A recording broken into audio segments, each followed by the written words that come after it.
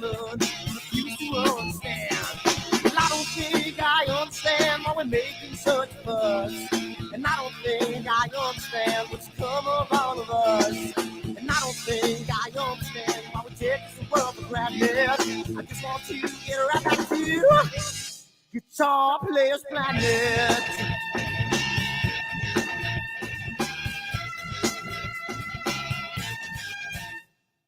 You see it in the papers, you read it every day. The riots and the fire going on in South LA. The muggers and the government, they're all wanting the same thing. They take all your money, whatever else bring. Well, I don't think I understand why we're making such a fuss. And I don't think I understand what's come of all of us. And I don't think I understand why we take this world for granted. I just want to get right back to Guitar Players Planet.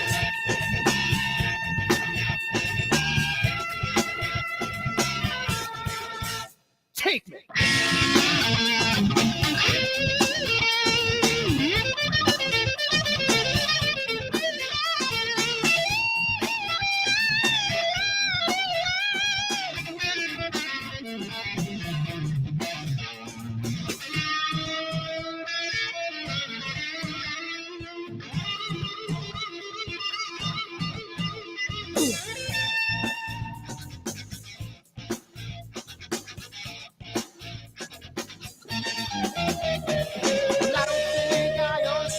Making such a fuss, and I don't think I understand what's come of all of us.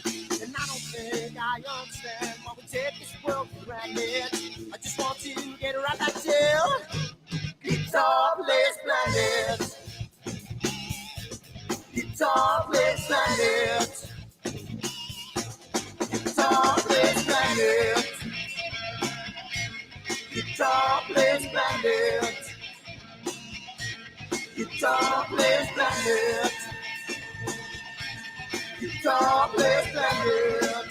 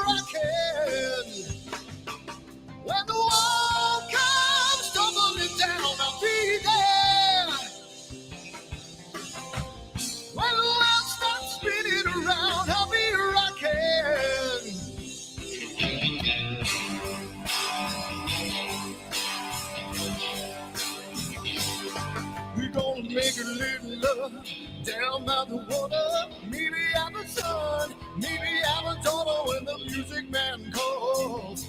That's when I gotta play.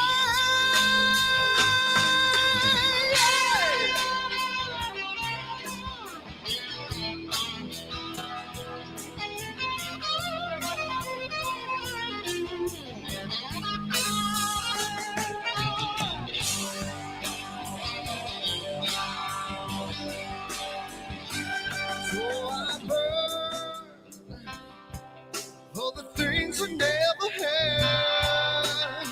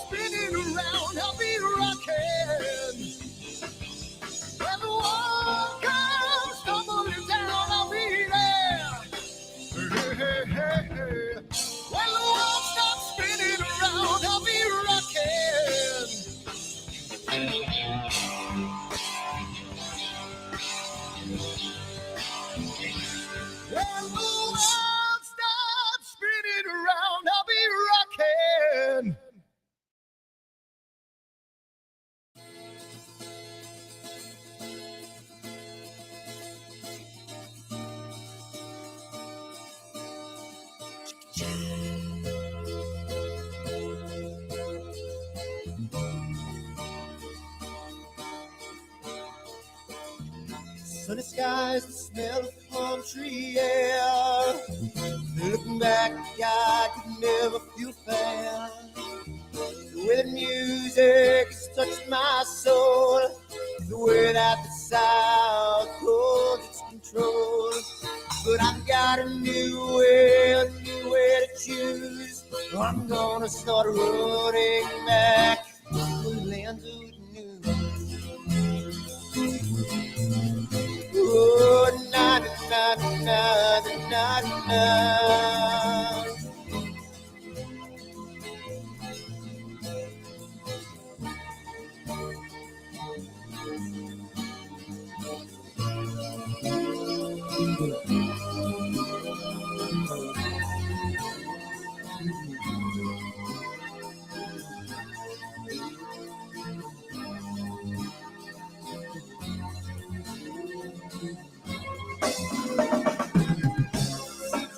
That I have lost my friend. Got the sunset off the highway again. Then I get lost on a long summer day. I must be back before it's too late.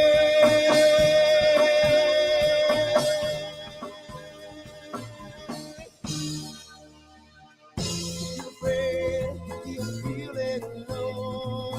Time and space can never unfold. The holidays can ring in your fear. The ghostly embrace can only mean tears. And I've got a new way to choose. I'm gonna start running back for the lands of the blue. Oh, na na na na na.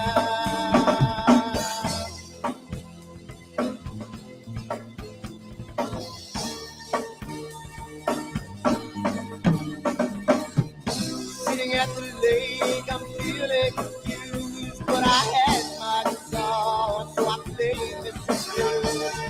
But I'm afraid, what might be true, that I might never be back again.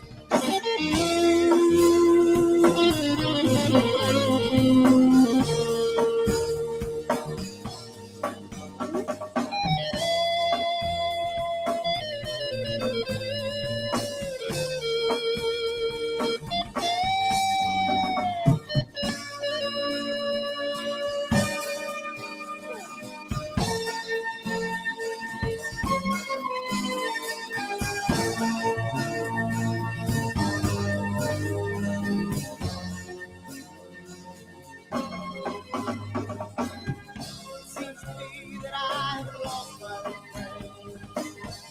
Got the sunset off the highway again. Then I get lost on a long summer day. I must be back before it's too late.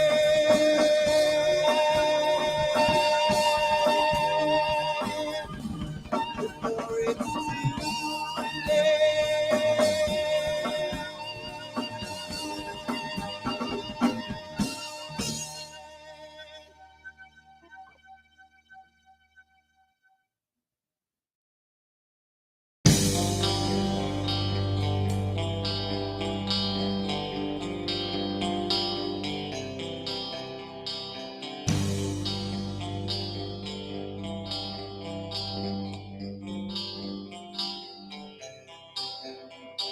someone to take me down at night, someone to make my day. New revelation fills my soul, oh, I can waste away. You distracting my attention, you're all that's on my mind. You not looking for perfection, but you're too hard to find. Now the first night is coming, and I know what to do. You know that nothing feels sweeter than someone else.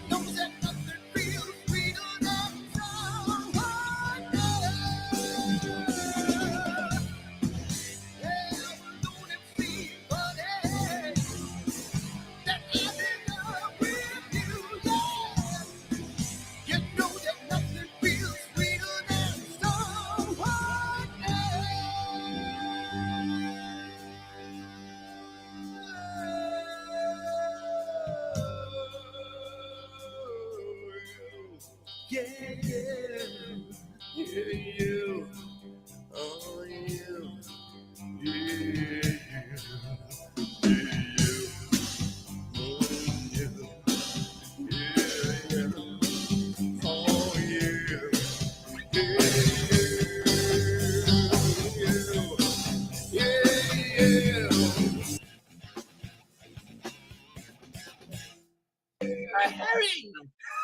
Oh, that was fun. That was a quick one. What happened there? Some of the music did it go off? I just turned the YouTube on mine, so that was me just turning the music on for a second. Okay. Right. Yeah, we're just in. open it up.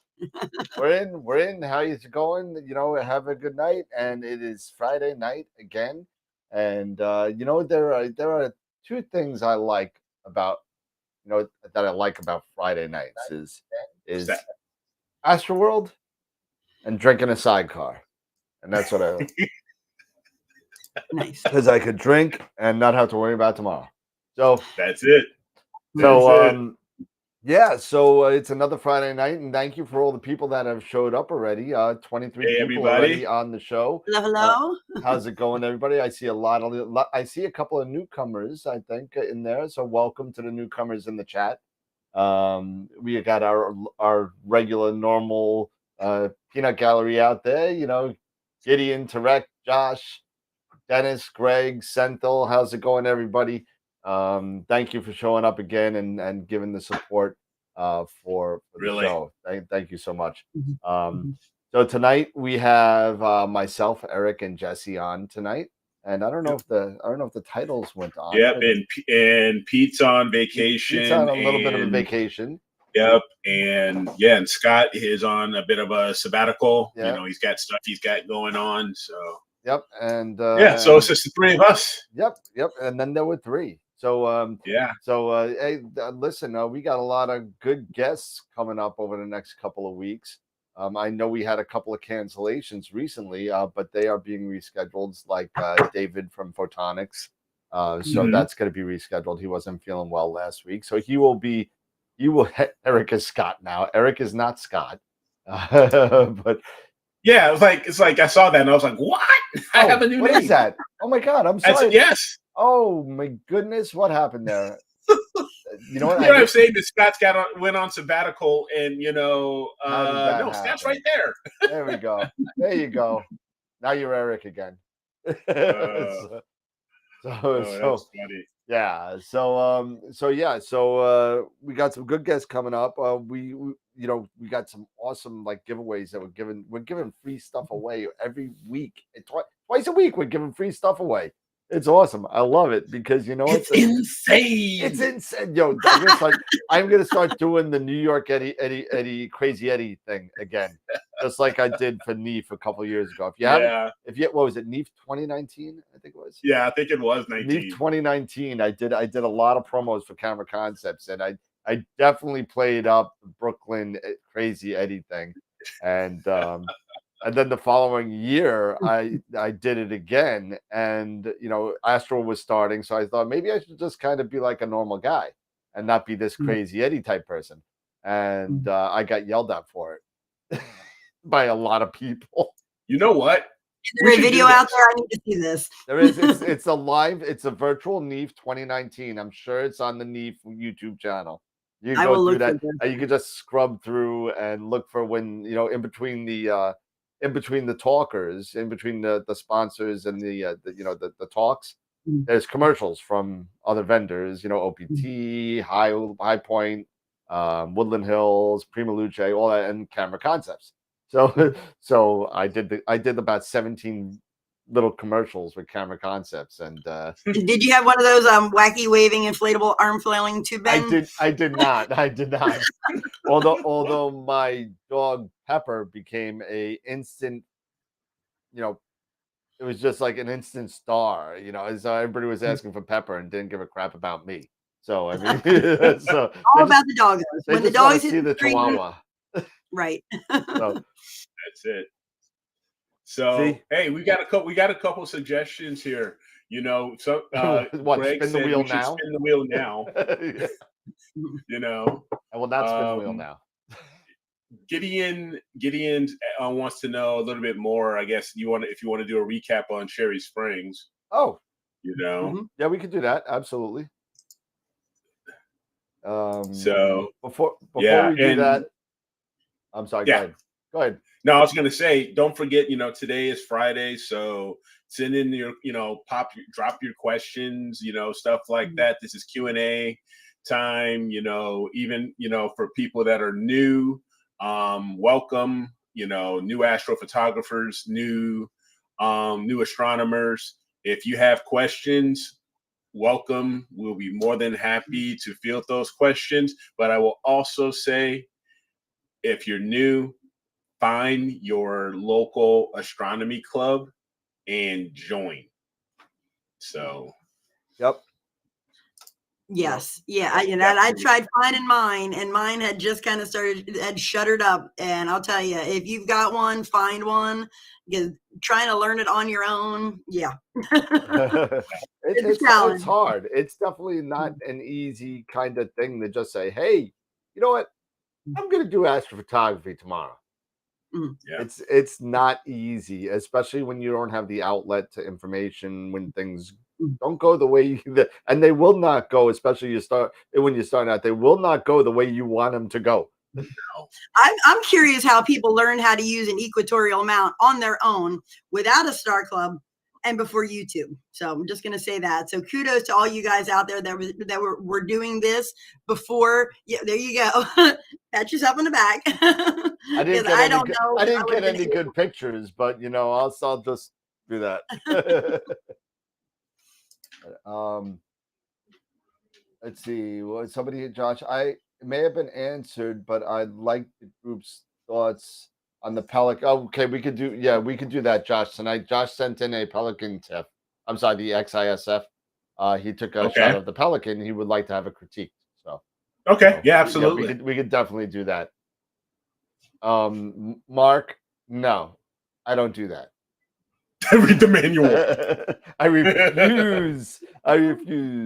One of our old co-hosts, Tim Cowell from the Facebook, the Backyard Astro Imaging Club, and he used to call me Dan RTFM Higgins, and because he knows that I do not do that.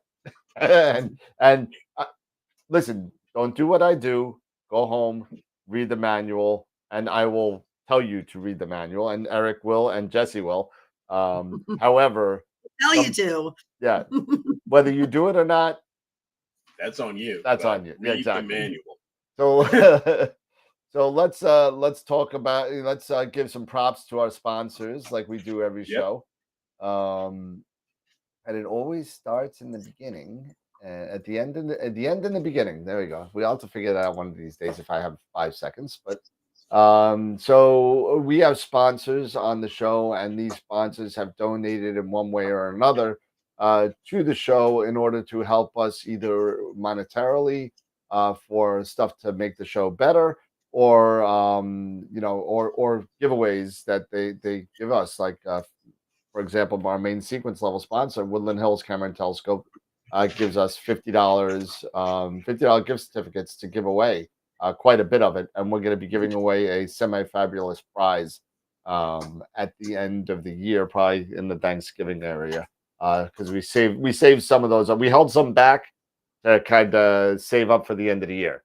So we'll see what happens, and maybe we'll throw it out to the group once we figure out what budget is left, and we can figure out what we're going to get from Woodland Hills. There you go. And our Red Giant level, for those of you that don't know, Prima Luce Lab has donated a Eagle 4 Pro to the max. I mean, it's a black Eagle 4 Pro. It's made specifically for this giveaway. And it's 64 gig of RAM, Windows 11, 2 terabyte SSD drive, Samsung 980 Pro, Wi-Fi 6. It's got everything. So definitely get in on that. And all these giveaways you can sign up for on our website at astroworldweb.com. Camera Concepts has given us $50 gift certificates to give away. Opto Long, I show it almost every show because I think it's just completely ridiculous the amount of filters they've given us. I mean, it's out of control. I keep on showing it. And I'm gonna be sad when this is empty, but I'll be happy for some winners. But this also includes, for you narrowband fans, the SHO 3nm 2-inch set. So that's going to be given away somewhere. I believe it was Thanksgiving, right? Somewhere around there. I thought we talked about that. Yeah. Yeah, it so gets close to that point. Yeah, so some Went lucky through all the person. filters, and then I'd like to be the last one. Yeah. Yep. So some some lucky winner will be doing some narrowband for Christmas. So that'll be nice. And also we have Masters of Pixinsight and IP for AP have been super generous as well by giving us a multitude of classes to give away and yearly subscriptions to IP for AP, which is a great tool for learning. It is a great resource. Yeah, if people are out there using Photoshop, they have a ton. That's how IP for AP got started. And it's a really great, a ton of tutorials, and it's really, really good. And it's also has, they've expanded IP for AP to include Pixinsight now as well. So they put all of their tutorials for Pixinsight on there as well. And Masters of Pixinsight, as many of you know, they do classes once a month for $35, but you can win it here free. So, feel free to sign up on all those giveaways. And the giveaway that I haven't put up there is the Charles Bracken giveaways. We have signed copies of his books that we're giving away as well. So sign up for all that stuff. Thank you to our member sponsors. Super important. I can't thank everybody enough for donating not only their time and watching us make fools of ourselves twice a week on YouTube, but but donating to us and helping us get shirts and hats and stickers and and all that kind of stuff that I promise is going out if I ever get those cards made up. I got the stickers. I got stickers for everybody.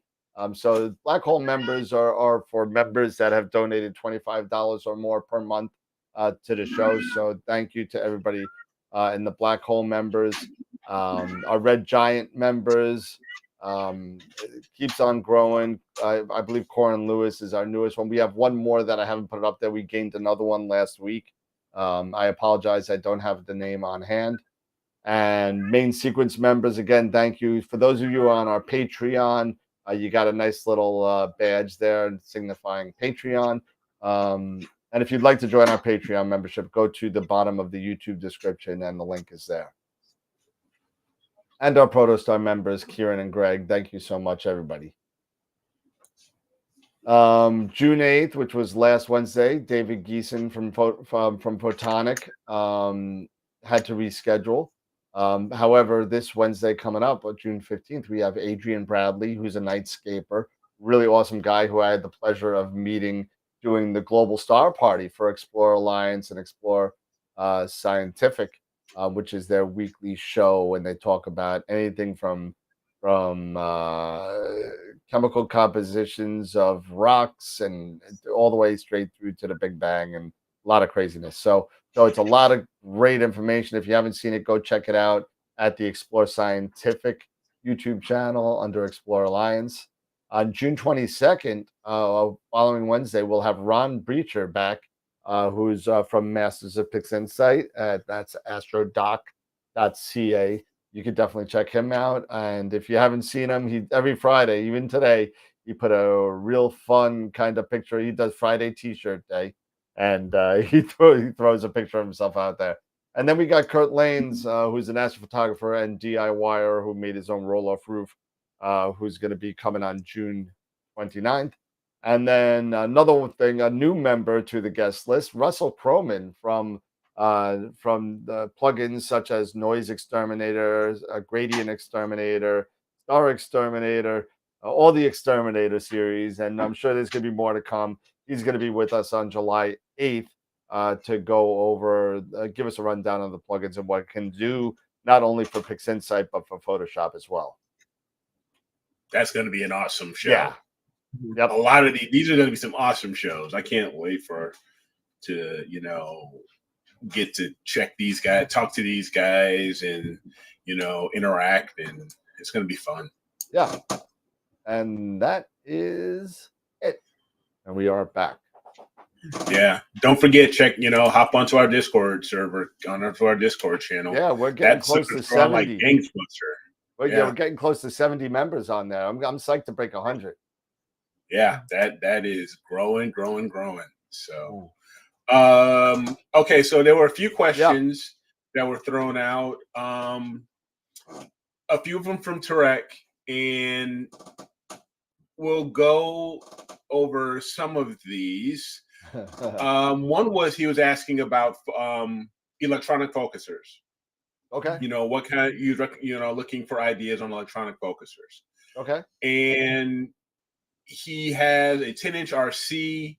He has 2 newts, a 6-inch and an 8-inch, quintuplet, a 72 millimeter, and a 60 doublet. For all of them, he's looking for focusers for. Wow, and that's quite a few. That's quite a few. Yeah. Yeah. I mean,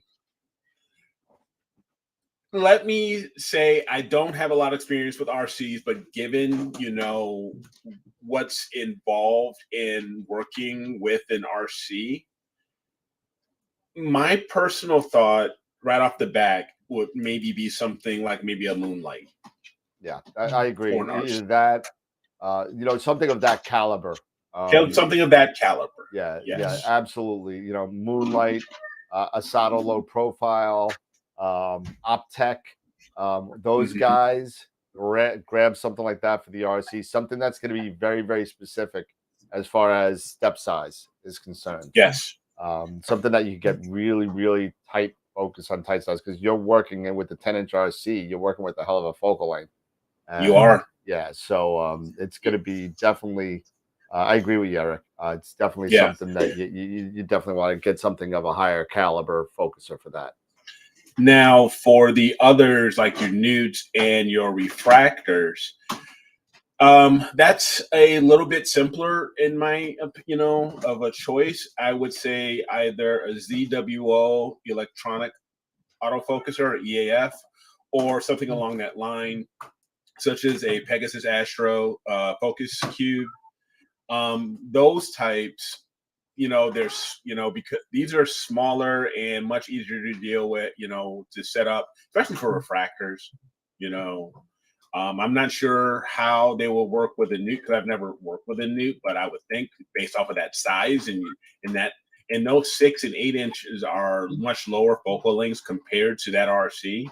So I figured maybe, an EAF or a focus cube, something, or Pegasus focus cube could fit, in that space for those types of telescopes. Yeah, and what do you guys think? Yeah, no. Now, go ahead, Jess. I was just going to say, the first thing that jumps to my mind is, and I know one, because I used a focus cube and I have one on each of my 2,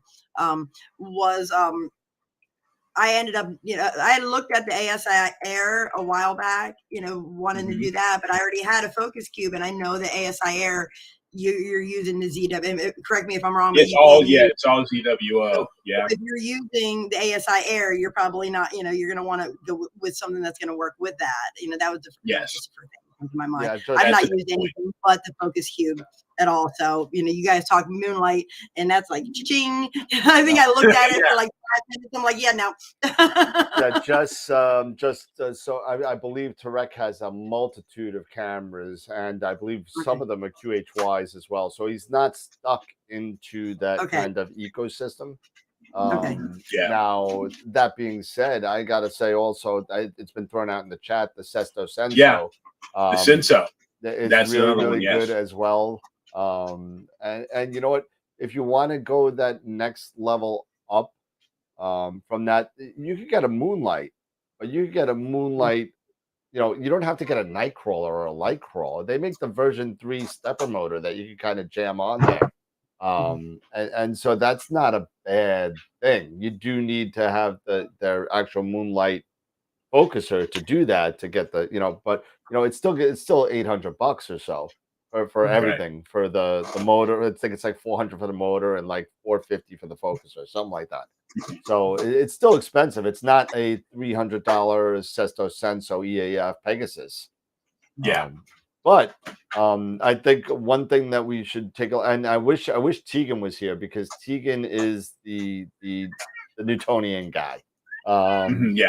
But you know, my understanding, and he could correct me if I'm wrong, and I know he will because he's good like that. But you know, you want to be careful with the Newtonians. I know you could turn the tube to make sure that the draw tube is kind of, but you want, for me, I would try and be careful of the weight there pushing down on the tube, you know, because that's just something. I know that the focuser, if it's good, it'll stop it from kind of going down. But me and my anal thing would probably be like, you know, I need to have it horizontally, but then I got to slew. So now when I slew, if I'm face up, it's going to the side. If I'm at the horizon, I'm like this, you know. So, you know, you just got to be careful with that. You don't even have to be careful with it. It's just my mentality of it, you know. But let's see. And what was the other one? There was a couple of refractors. And a couple of refractors. You know, the Pegasus, the EAF, the Cinto, you know, the Senso, they are great, especially, you know, if you're consider yourself maybe somewhat of a beginner or somewhat of an intermediate. You know, they're, you know, great for those types of astrophotographers, astro imagers, and they're not that expensive. You know, if you're budget conscious, they're in that EAF Pegasus area of price, right? You know, it's because an EAF is $200. It went up. You know. It's almost $250 now. Oh yeah, inflation. Yeah, it's almost $250 now. Go. Yeah, it was $199 for a long time. For a long time. Now it's $239 or $249. Wow. Yeah. So wow. So, but and you know, I'm sure that the EAF new version will be coming out, you know, sometime down the line. You know, because it just came out with the 5-volt version, what, like 2 years ago? So yeah, like a year or two. Yeah. So, but you know, if you are in that, if you are thinking, if you are about an ASI Air, or if you're an ASI Air user, you only pretty much have one choice, and that you is only have the one EAF. choice. Yeah, you only have one choice. Yeah, it's the EAF, because you know it's ZWO. You go like me. You're in that family. You get ZWO gear. You know, to work with that ASI Air. It's a bummer sometimes because you don't have a chance to try out other things.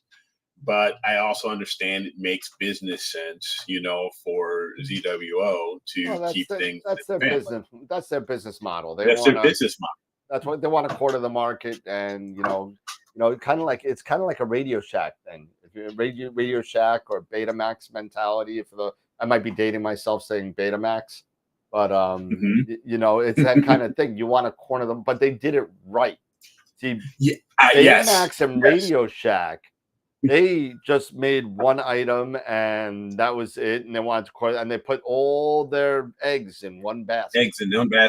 ZWO did that, and they did it smartly to the point where they expanded so much, with starting off with so many different models of cameras, and then coming out with the ASI Air, and then coming out up to the AM5 and all that kind of stuff. They're growing and growing, and they're building and expanding. It's not like you're saying, okay, you know what? Well, I've had my ASI 290 for 4 freaking years. When are they going to come out with a cool camera?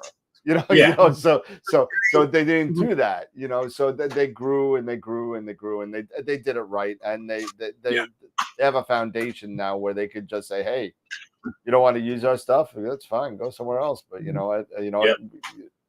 But we've got a lot of people. We got a lot of followers. I gotta be honest with you. Cherry Springs with the Red Cat ASI Air setup. So I had the ASI Air, the EAF, the what was it? I think it's a 120 guide scope on the ZWO mini guide scope, that F4 mini guide scope. Yeah, on that with a 183. Okay. So it was all red and black. It looked cool. The only thing that was it was pretty cool.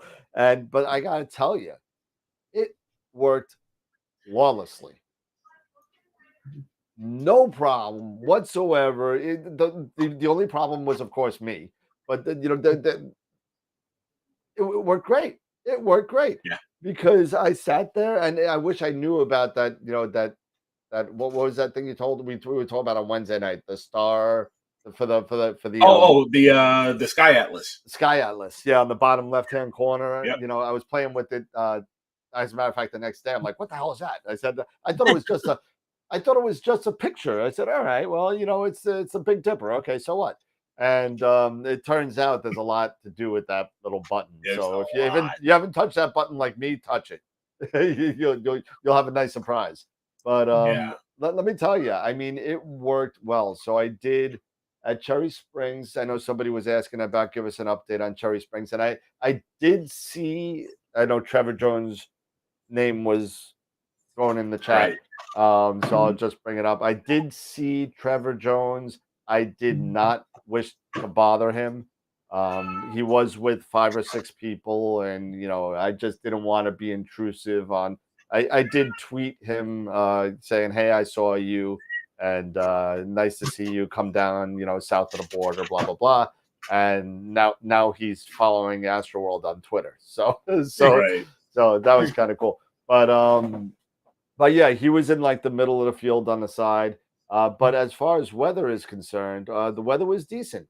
For June, I was pleasantly surprised because historically, the June Star Party is not very good as far as it's hit and miss. It's like 50-50 as far as the weather is concerned. I've had so many June Star Parties at Cherry Springs that I had to cancel because all of a sudden a front came in from the north or the west and it was just clouds and it was just horrible.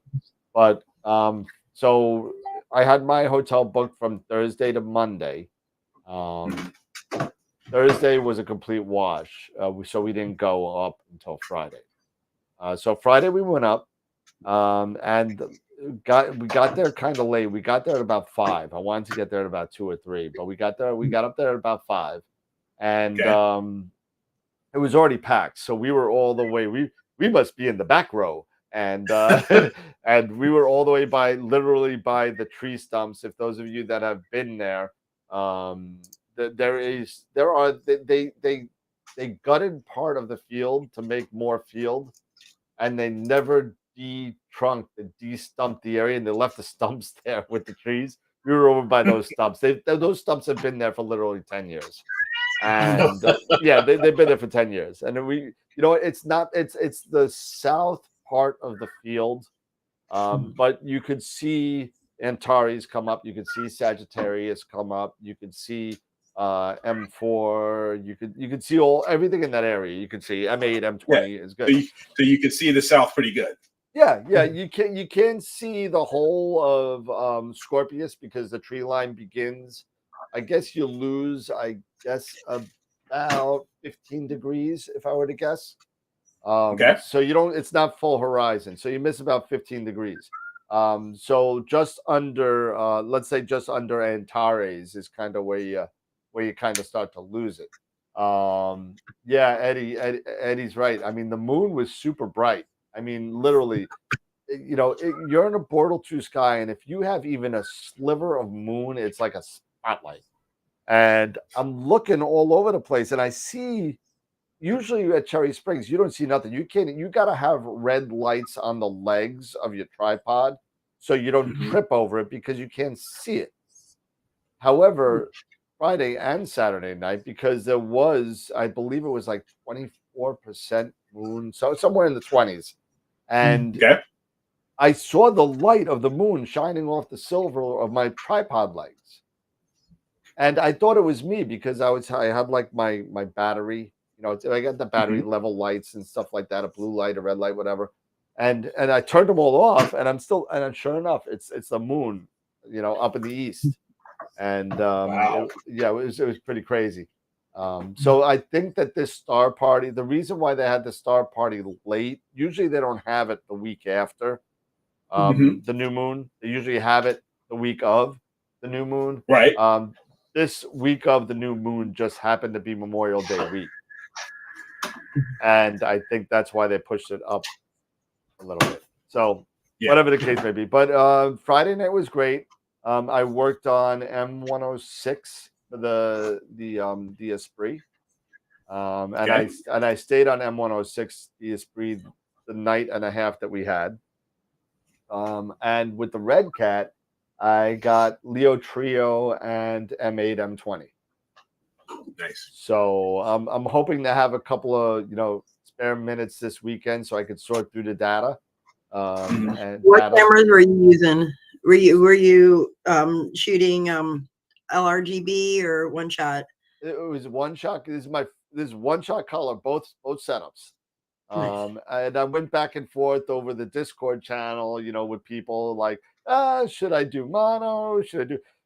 I'm in Bortle 2. Do I really need to go mono? And all this kind of stuff, with the time. Right. I want to get more targets, so we went back. It was a fun discussion on Discord. And so one of our viewers, Bob Santos, who's a personal friend of mine living on Long Island, was gracious enough to lend me his 2600 MC for the Esprit. And for the Red Cat, I had my 183 on it. Okay.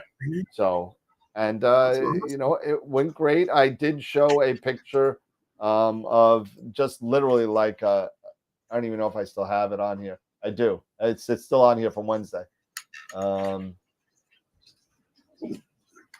me get this out of the way. Is this the stretch or is this the...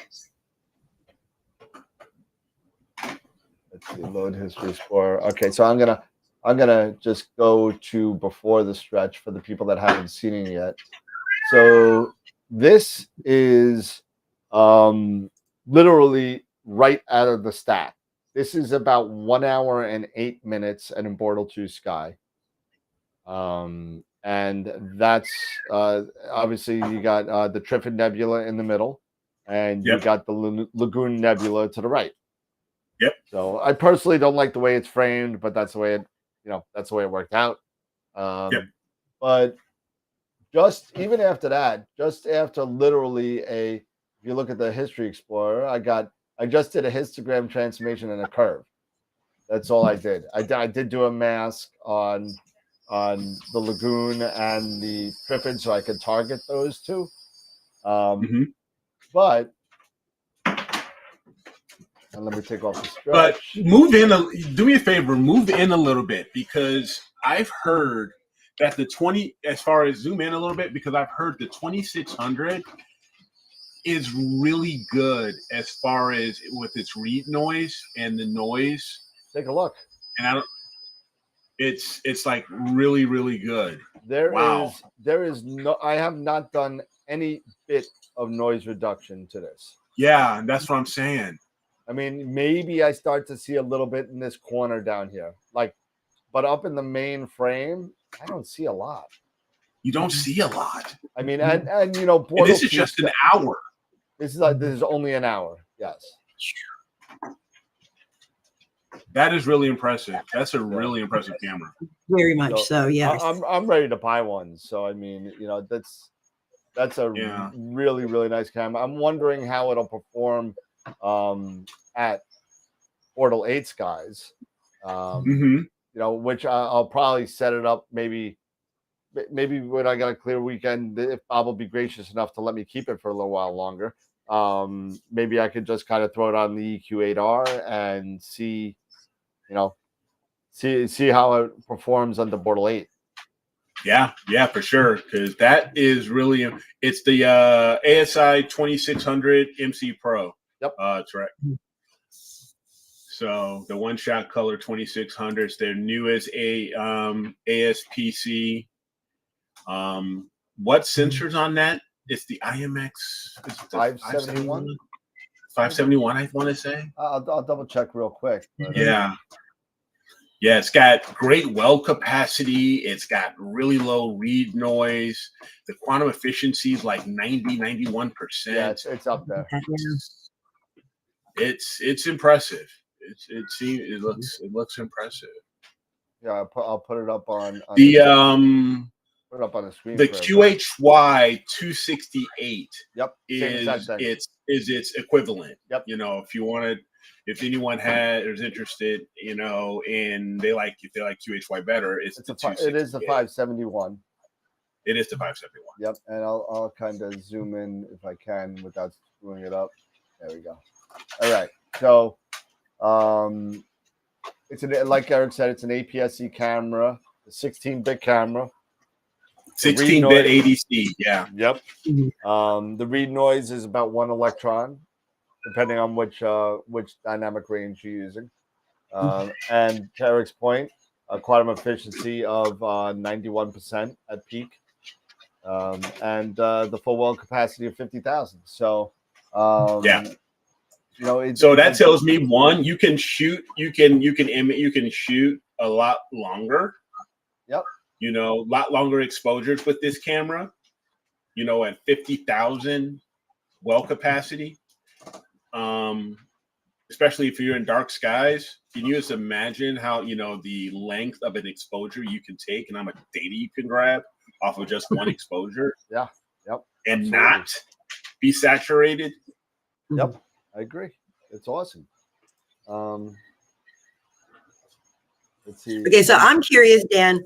So Cherry Springs, how many astrophotographers versus how many visual astronomers? Honestly, I would probably say astrophotographers are definitely gaining some ground. You know, I remember a time, I've been going to Cherry Springs since 1999.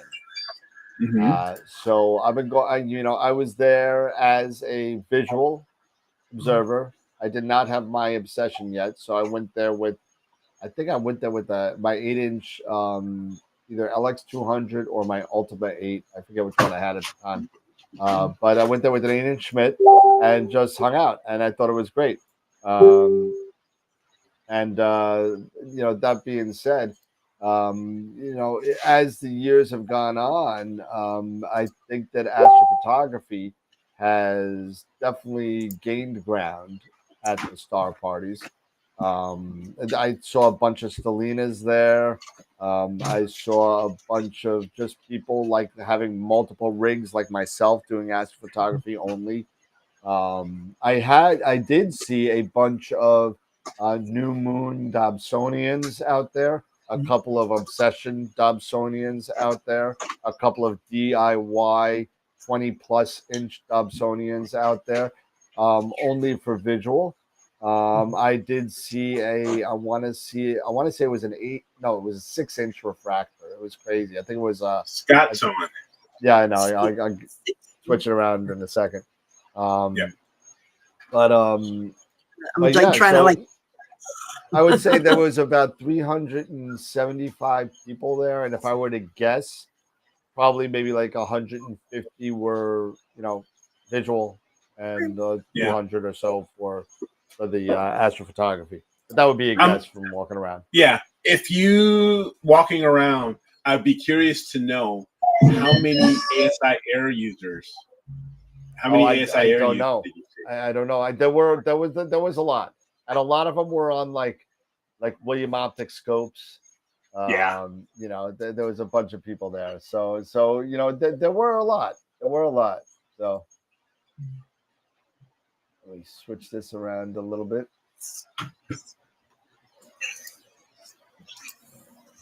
But it was a very good time. And you know, I'm looking forward to our next visit there. And for those of you, I already got a lot of emails asking for information regarding it, and we're going to be going down on July 29, 30, 31. And if you looked at the newsletter that you should have gotten either yesterday or today for June, it has the dates in there. So definitely take a look at that. Yes. Hello.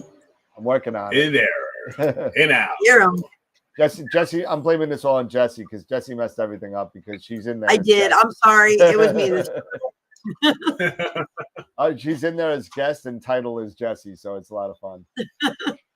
Let's see. Oh God. I signed into my wrong thing, so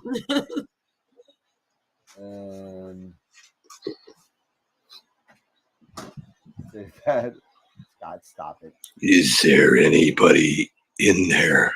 And you're not teasing today, but Eddie Z said he saw a bunch of ASIR users. There he is.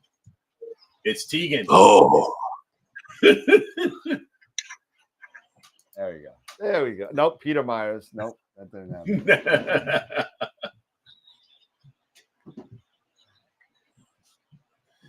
There we go. There we go. okay. Now I've been sitting here, and that's really wild. I'm in the YouTube link, but I'm not in the green room. I don't. That's okay. That's screwing me up. Hold on. That's weird. No, that's not weird because I have it set as a 3 up in there. So give me 1 second. I'm sorry. And again, I think that was my fault. No, that wasn't. I'll blame this one on Scott. And I'm even drinking my coffee. I left the herbal tea alone It's tonight. Scott. We're just gonna keep blaming. We'll just keep blaming things on Scott. There you go. Now you should see the 4 up. There he is. Oh. Okay, boy. so I've been sitting here listening to you guys for like the last few minutes, just waiting, and I'm trying to suss it out. What camera are you talking about? The 2600, the ASI 2600, the Yeah, one-shot color. The ASPC, the newest one. You're looking for Okay, that's not a new camera. No, it's not. It's not new. It's been out for about a year. It's been out a year. It's been out about a year. You know, Oh, it's I'm sorry. latest. It's one of their latest cameras. One of their latest cameras. Okay, I'm sorry. I misunderstood. I thought you guys were talking about a new camera. No, they just got released. Although there is rumors floating around out there for I believe Eric brought it up at least once on a 9-micron camera from ZW. But right now, it's as far as I have heard, it's only a puck camera. Right, it's uncooled. Yeah, it's uncooled. However, Which is a bummer. QHY, I saw something put out there with a 6-micron. Yep. So that's kind of cool. So that is cool. Yeah, and it's cooled. So yeah. So yeah. Oh, yes. correct. Well, I did capture, but the new ones coming off the line, the newer ones that have been, that are in stock at least for the past few months. That it's supposed to be no issues with those, with the oil leaks and stuff like that. I got one. I do, and I had the oil leak, and it was fixed in 5 minutes. I mean, it was it's not hard to fix. No, it's not. It wasn't. It's like not. Honestly, it's taken longer to make a quesadilla. I mean, it's like 5 minutes done, and that included time to dry the desk and tab. So it was not a big issue. It's not an issue. It really. I mean, it was a pain because I lost the data for the one night. I didn't, I'm like I started pulling it up. I'm like, what is that little weird, this little weird thing peeking up from the screen here. And then next thing you got like a couple of them, and I was like, oh man, okay. And I knew what it was immediately just because I'd seen the problems. But, I think that the hardest part was waiting for this, for the cleaner and all that stuff to get here and then actually doing it. But it really was not. I mean, I wouldn't do anything different. I've got the mono version of it. Yeah. So, hey, I got another question here from Bill. Sure. Do you think the leaning toward astrophotography has diluted the discipline for night vision protection, red lights, red plex on laptops? Very good question. I will tell you. I will tell you this. I have not heard so much yelling in a dark place in a long time for somebody shining a light brighter than a very small flashlight. Take a look at the light. I guess, Scott, it was red. Now it's blue. I guess you got LEDs back there going on and off. But it was red before. Wait for that to turn red. So that's how dark it was, and people were yelling, "Turn off the light!" So I got to applaud companies like Prima Luce Lab, who incorporated a dark mode to their Eagle 4. So those red lights, which are bright, when you have them flashing, they're bright. I think they were a little bit lenient this week, a little bit because of the size of the moon. But normally, from what I remember, and I'll tell you a funny story in a second. I always got stories because I'm just old as dirt. But there was one person that had this really bright red flashlight, and he was like a Cylon running around, with the flashlight. And dude, he got yelled at, or he or she, I don't know, who got yelled at by numerous people in the dark saying, "Shut off the effing light." Wow. And so part of the issue, even though it's red, if you have like those, if it's really bright though, with these LEDs, those LEDs are really bright. Yeah, if you have that 18 LED not even that one, the Celestron power tank, and you turn that red light on, man, it's like daylight. And it's pretty bad. What you mean? What, like the old school power tanks or the new ones? No, the newer ones. Oh, the newer ones. The newer ones. Scott's gonna go grab one, I think. But okay. Because I know he has one. But it is so bright. So just because it's red doesn't mean it is legit for star parties. You got to make sure that you have something with some sort of what do they call it? The dimmer, but there's another word for it. Some sort of dimmer switch for the light to adjust the brightness. Because let me tell you, people do get mad. But I think that's a great question regarding the lights. I don't. A lot of people that go to star parties. Oh, Scott, what are you doing? No. That's bright. Too bright. That's too bright. Oh, good God, man. So the whole thing with that is that I think a lot of people that go to dark sky sites are still adhering to many of the lighting parameters as far as the requirements of the star party. Unfortunately, I'll give you a really good story. There was one year, and for those of you old schoolers like myself out there, remember Cherry Springs before the domes were there. They have domes on platforms that if you could get in, there's like 3 of them. There's domes on concrete that you could actually rent from them. There's like 3 or 4 of them. They're not building anymore, I don't think. I could be wrong. But before they had it there, they obviously had to build a ditch and, pour the concrete and all that kind of stuff, right? So there was a star party. There was a star party that week that they were building the ditches. Whatever. We got there. We were there for 4 days because the skies looked awesome. So the first day, everything was fine. The second, and I don't know why these things always come in 3s. They do. I'm not doing this to make a story, but this has really happened in 3s. But first night was fine. The second night, all of a sudden, somebody turns on their car, turns on their lights at like 2:00 in the morning. It's dark as hell. And all of a sudden blasts the entire field with his headlights and takes off, and he goes fast. Like, we thought, everybody's screaming, "Turn off your goddamn lights!" Going crazy, right? And leaves at like 2:00 in the morning, going like 20 miles an hour and pitch dark, goes out, lifts up the gate and leaves. Right. You could hear everybody talking about it for the next hour. The next day, he did the same thing. He came back. He came back. They let him come back? Nobody knew who he was, because it was dark. You just saw floodlights. You didn't know what he was, but he did the same thing. And at 2:00 in the morning, pop, and jets. Mm. Last night comes by, same thing, but this time he got smart. He left his lights off. Okay. However, he left his lights off and still took off at like 15 miles an hour and landed in one of the ditches in the dome. All you saw was the brake lights go off and they were pointing straight down in the ditch.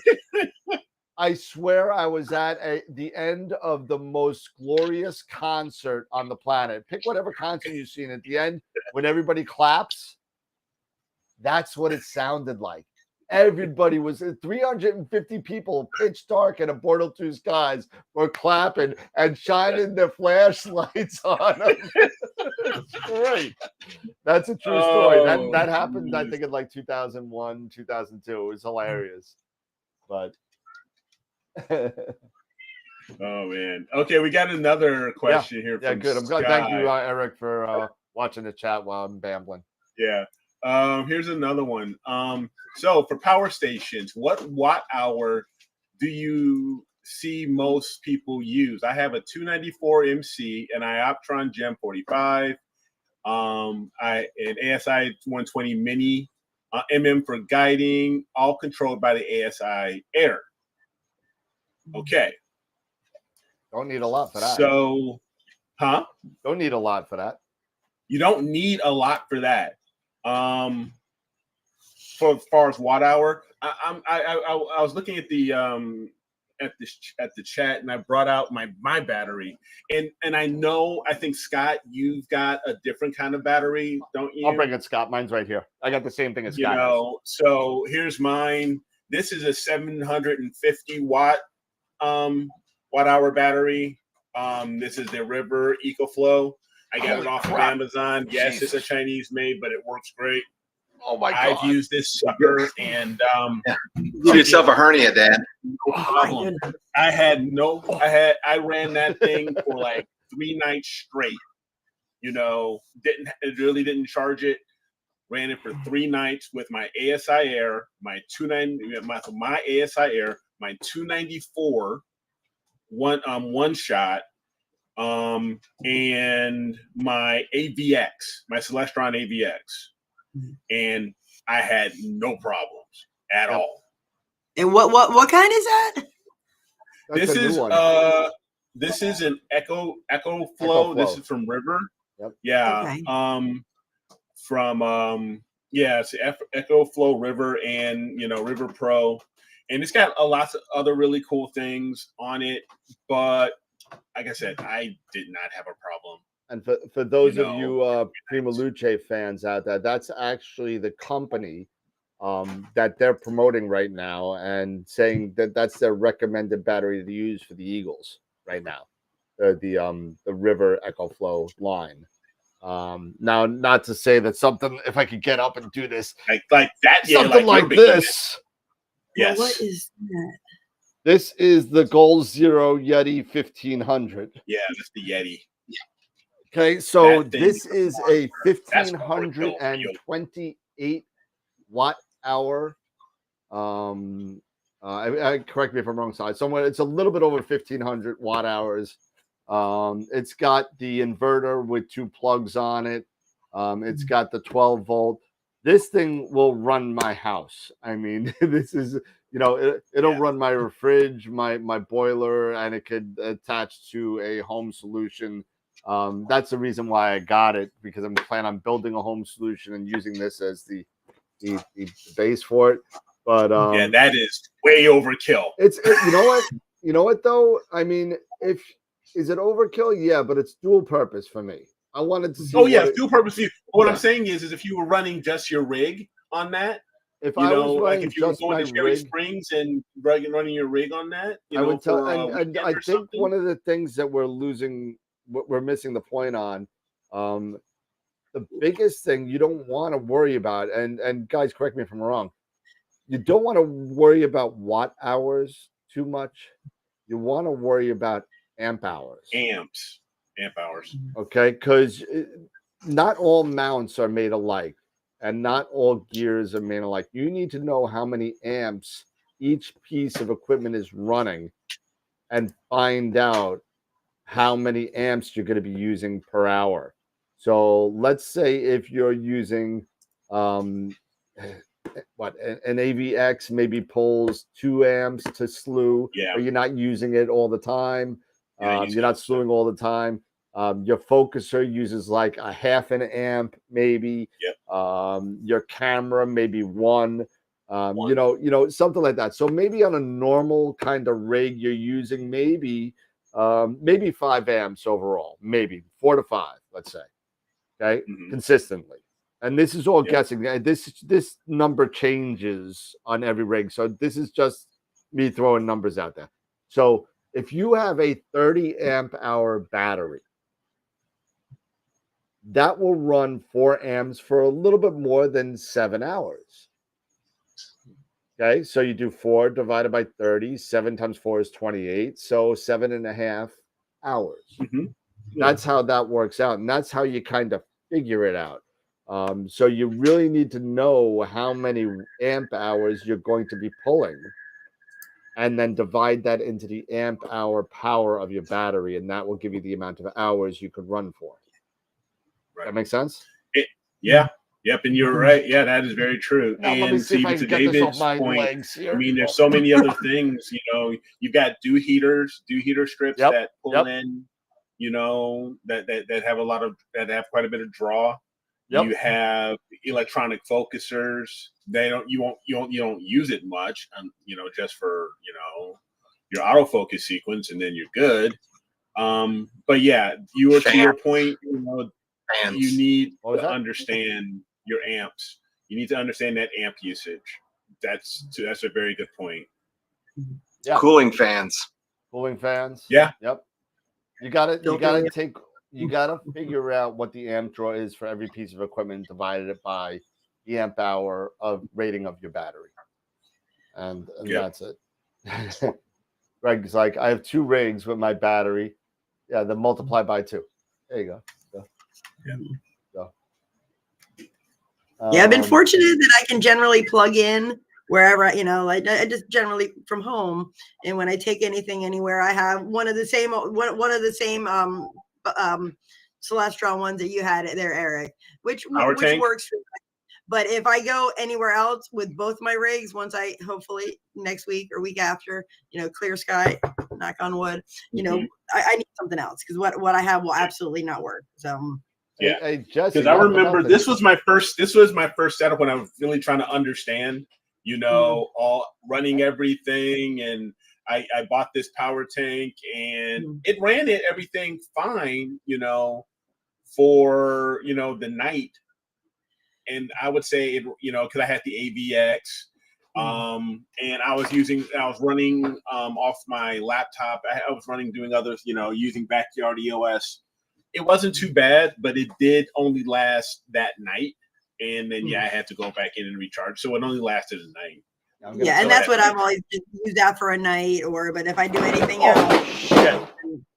Oh, boy. No. Did the closet of death just fall apart? Yep. I think everything just fell on him. Oh, no. Are you all right?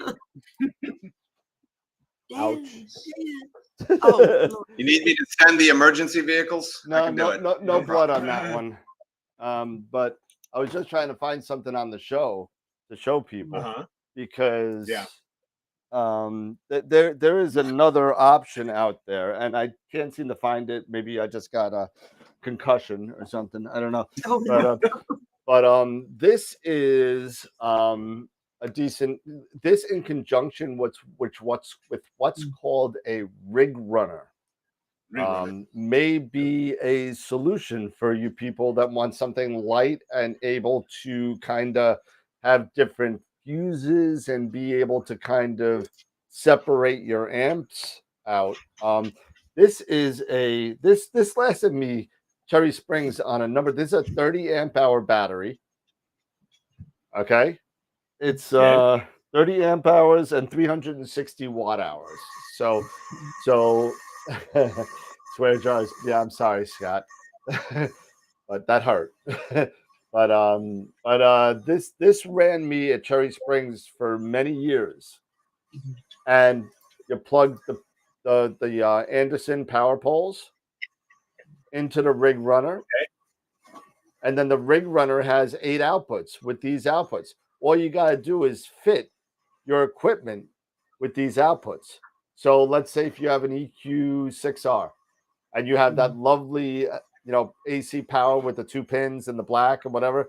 So you would either buy, they actually sell an EQ6R with the 2 pins on one side and the power poles on the other. And you could take this and you take the rig runner and you Velcro it onto the sides. You know who's got a really good video on that? Alan Mitchell. If you don't know who Alan Mitchell is, check him out. He's got a huge TikTok following now. Spaced Out, I think it's called on TikTok. He has been on the show before. He's an astronomer down in Texas. And he was the person that got me into the rig runner a couple years back. And basically, you just get some 2 L brackets. You Velcro the rig runner on there. It comes in 4-channel, 8-channel, a whole bunch of different channels. You can put different fuses in there for different amperages you need. So if you need an 8 amp, it will push. This will push in the rig runner up to 40 amps. You won't need that, but it can. If you get the 4-channel, have 4 outs to run to 4 different devices, you'll be fine. The rig runner is like this big. It's like 3 inches. 40 amps is enough to run a coffee pot and a vacuum cleaner. Yeah. I mean, but you also need a 40 amp fuse to do that. Many people don't have that in there. They usually only have 10s in there or less. If you have a 40 amp telescope rig, you might have to think about building a dome. So yeah, you're probably Mount Wilson. Yeah. Yeah. So let's see. Okay. Any other questions out there? Oh yeah, I'm sure there are. Just going through some here. Let's see, power. We've covered that. No, I think that might be it for right now, as far as questions. Right, well, Dave, I guess if there are, and I may have missed them, please go ahead and resubmit. If you don't mind resubmitting, that's great. And Dave, just might be hard to transport. What? Oh, maybe that's the 40 amp dome that he was talking about. Thank you, Frank. Appreciate that. That's a nice comment. Yeah. So yeah, Frank had a. Frank called me Astro Puppet in the chat, and he called me and said, "What the hell is this?" And he showed me. He was I forget what galaxy. I want to say he was doing M51. I could be wrong. And it started off as a small black dot in the center of M51. Then the black dot got bigger and bigger and bigger until it encompassed the entire galaxy. I was like, "Oh, you got a do problem, man." You got a do problem. And Markarian's chain it was. I'm sorry. Thank you, Frank. But yeah, and I was like, I said, let me see that. Now what you got to do is, especially in New York, and I don't know how it is in the rest, because we got a grand scheme of people here up and down the East Coast and in the Central Midwest, and then the kind of Midwest, yeah. And I don't know how it is. I know how bad it is in New York. Sometimes the weather cools so much at nighttime that all that dew kind of just gravitates to anything that it'll stick to, including your sensor. So now me and Eric were going back and forth, and maybe Eric, since you're the ASI Air guy on the show, how is the dew over by you? And if it's bad, what do you do with the ASI Air in combination with the cooling fans of the camera to combat that without having that problem, if you don't have that nice little dew heater that's in the camera? Hold on. There we go. I knew he'd have something. Well, a lot of those cameras have got desiccant tabs in them. Desiccant but tabs, that yes. didn't help. But there's this guy. Yep. This is the ZWO dew heater for your camera. And they're only like $20 or something. They're not $24.95. Yeah, They're only like $20. And you would put this over your camera, okay, on the front of your camera. How do you have one still in the then bag? you would hook up, and then you would secure it, and then plug it in because it has dual. There's a Y adapter it comes with for a DC, and plug one in here. Okay, then the other one goes into the actual camera itself to power the camera and the cooling, and then you would then plug in your actual power cable on the other end that would go to your power source. And I get these. Yep. Because we get some pretty bad, dew. We get, and it gets humid and all that stuff, and then that water, it just, when things cool down, because it gets so humid, during the day, and then it cools down, and then all that water just comes right back down, and it can get into everything. So then I'm gonna that's do kind of handy. Okay, so follow-up question. Yeah. 2600s and the like have that built into the camera. They do. What do you do to preemptively strike any possible issues that you may have with dew if you just have a really, really bad night? Like for an example, my buddy Frank in the chat, who I was helping with, he's got a 2600 and it still happens. He was aiming high in the sky. So I mean, but is there anything in the ASI Air or any practices that you do? I thought that there was something where you could turn the heater on. I'm not sure. I thought there was something that you could turn the dew heater. You can manage the dew heater and make, and regulate it from the ASI I didn't even think Air. about that. That's a good idea. I don't know if that's possible to turn the heater on to kind of get rid of that dew. I thought there was something within, ASI Air where it recognizes the 2600s and the ones that do have the internal dew heater. I thought there was. I could be wrong, but I'm sure there is a way. I'm sure there has to be a way. Maybe we have to talk to Simon. Yeah, and get to talk to Simon and TJ. Frank just confirmed there's a way to turn the heater on. That's fine. So what I did tell him and what we came up with together is, so before you have that problem, it's gonna stink because you'll have to do it manually. When you turn your cooler on the ASI Air, I believe it has like a low, medium, high type thing and a slider. It's a slider. It's from 0 to 100%. Yeah. Well, that, and then is the degrees. There's a low, medium, high, and there's a slider, right? Yeah, there is. Okay. So what I would do is I would say, okay, you know what? Slide it down to like 10 degrees Celsius or 0 degrees Celsius. Slide it down to that, and then wait a couple of minutes, and then slide it down to -5. And then wait a couple minutes and slide it down to -10. Now, if you're at -10 and that's what you shoot at, stop there. That will give you a kind of incremental cooling where it doesn't just, because what the ASI Air is going to do, if you say, hey, I want to shoot at -10, it's going to go as fast as it wants to go, and it's going to go 100% until it gets you down.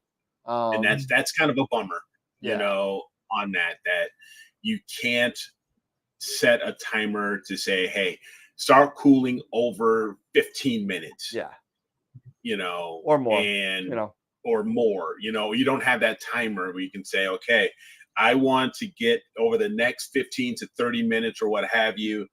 I want you to start start that cooling down, over that period of time. That's a bummer. That's one of those things. Who knows? Maybe that may be an improvement. one improvement that I would love, and I don't know how feasible it is to be able to do filter offsets and do filter offset calculations like you can do in Nina. Do things like that. There are so many cool things in Nina that I wish that you could just drop into the ASIR and to address some things that'll be really handy. Well, I'll tell you one thing that would have helped me at Cherry Springs. And it's probably an easy fix I'm very, very conscious about my light pollution at a star party. So I bring these red shields that go over my tablets or my laptops or whatever else that I do. I got red film for my phone. I'm very, very self-conscious about that. So I really don't like to kind of lift it up to kind of see anything unless if I have it in. I have what's called a lap dome where you got the laptop in this little tent in the dome. So if I need to look at my tablet when I'm using at the ASIR, then I would put it in the lap dome and I would lift up and I would cut off any light pollution that I would hopefully expend to the rest of the people that are there. But here you go. Here's the problem with that. Now, when you're doing an autofocus with the ASIR, what color are the dots? I like to watch my autofocus. What color, Eric? What color are those dots? Red. They're red. So when you have a red film on your screen, you do not see your V or U curve. You just see. And I thought the thing was messed up. I thought it wasn't doing any focusing, and I forgot the dots were red. So then I lifted up. I said, there you go. So maybe make those dots a different color that will go through a red film. I don't know. That's just me. That's my minor contribution to the ZWL program is change the colors of the dots. No, I'm sorry. No, you're right. You're right, Astro Puppet. They are green at the V curve, and then when it gets to its final, then it's red. The final one is red. Yeah. But you were correct. My mistake. They are green. But you still can't see the green ones. You still can't see them. You still can't see the green ones. But you can't see anything. You got to look at it and see. Yeah. So one of them, when you get the main one, I think it's green. And then when you get the little tiny one with the fine one, then it turns. The final one is, So it's just, it annoyed me for a little bit, but other than that, I mean, that's BS compared to, I can't say what a pleasure it was using the ASIR at Cherry Springs because it just literally, I just let it go. I had more problems with my EQM35 and tracking because it's a really crappy motor in there. But, $1,000 mount shouldn't be crappy. But, every once in a while, it would just go off. It would just go off and I would get teardrop stars. And that 1 hour and 8 minute picture of the Trifid actually had about another hour of data that I had to trash because of not because of the ASIR, not because of the camera, not because of dew, not because of light pollution, not because of star trails or airplanes. It was because of the mount. And the mount just wasn't good enough to deal with that. It happens. I will never be because you have these $1,000 mounts. Yes, $1,000 is a lot of money for most people. I mean even rich people. No matter who you are, $1,000 is a lot of money. $1,000. $1,000 is $1,000. Absolutely. But when you're looking at and you're comparing these to these other types of mounts, it's like that's entry level. That's budget friendly. I mean, it's an EQM35. It's a decent mount. There's nothing wrong with the mount's good. It's just that I threw out a lot of data, and I was kind of upset about the amount of data that I had to throw out. I literally had to throw out. I was only doing 2-minute shots. And I had to throw out like 30 of them. And I will not be going to square sensors, just so you guys know. Why? That is not going to happen. Oh God! We did this last week. You see, people I don't know. like squares. See? I know. Wait, no, there's more. Rectangle. Hold on. Rectangle. Hold on. No, there's more. Even stupid battery. Oh wait, no, that's a square. Oh, that's the. You turn on the side and it's but it's like $1,000. That's a tank and a half. photographs do not. I don't know. They just don't seem right square. What's that? The photographs just don't seem right square. It just some things belong square, some things just should not be square. Like when I accidentally turn my iPhone onto like the square and take a picture, it just doesn't work for me. I just don't like it. But see the thing, and you know what? You think about it. Your frames, when you're gonna frame this thing, the traditional frames, are they square? No, they're like 11 by 17. 8 by 10. Right. So yeah. But now you got to get a 5 by 5 square frame now. Yeah, you do. You Nope. do.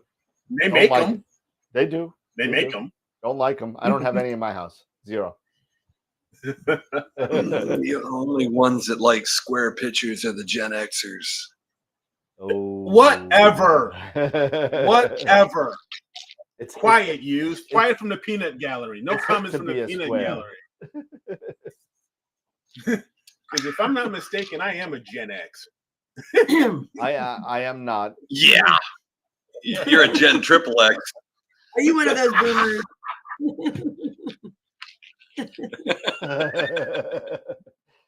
But yeah, Oh, so God.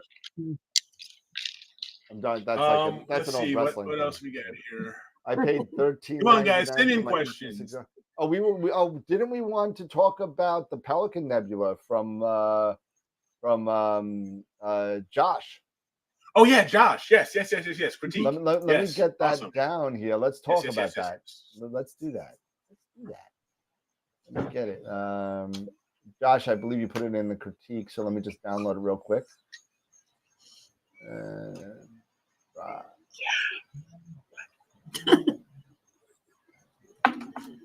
So yes, let's critique. My dog's giving me the eye. It's giving you the stink eye. Yeah. He's definitely giving me the cutie look.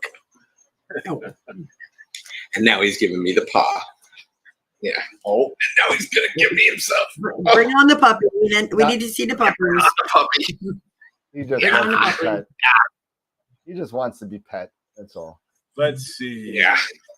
Such a nudge. Yes, you are. You're a nudge. What's a nudge?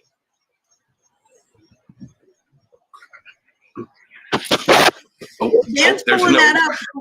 What are you guys imaging? What projects do you guys have going on? Because I was saying I've got 4 more days of work. Students' last day was today. I've got 4 more days, and then I am off until August 22nd. So I need some project ideas. So I have right now. And of course, Depending on, for asking you, what is your Focal length?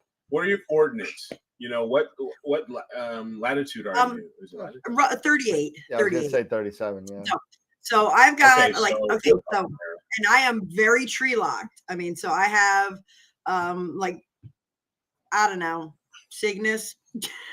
Not until very late.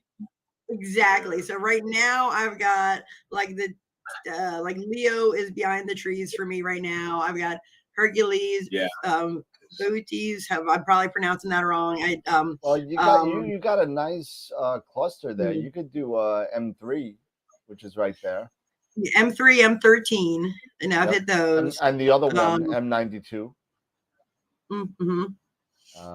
Yeah. There's another one that's it's NGC 53. I think it's Can you get the iris? Can you get the iris? You should be able to get the iris. You can't get the iris? No. That's really? bummer. Surprised. Not from my house. So I'm looking to I'm looking for a project for my house. And I was saying to Dan earlier in the green room, like I'm hoping, that I can get my second rig. So I'll have the Skywatcher and the 127 set up at home. And then I'll have my AVX and my 70 millimeter. That once I get that set up, I can run down the road, about a couple miles. I have a suggestion, and it's also a plug for Charles Bracken. Okay. Email it. Email Charles Bracken.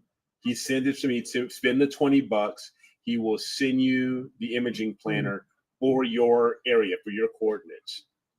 That would be, I need to do that because I mean, his books are like, it's probably just as well I wasn't on for that show because I think I would have fangirled out because I do love his books. I mean, like, honestly, they're marked up like crazy. And I do have like marks on some of the maps. Be like, I just want to scratch them out like you like a kid with a yearbook. Like, you can't see this. Like, you will never see this from your house.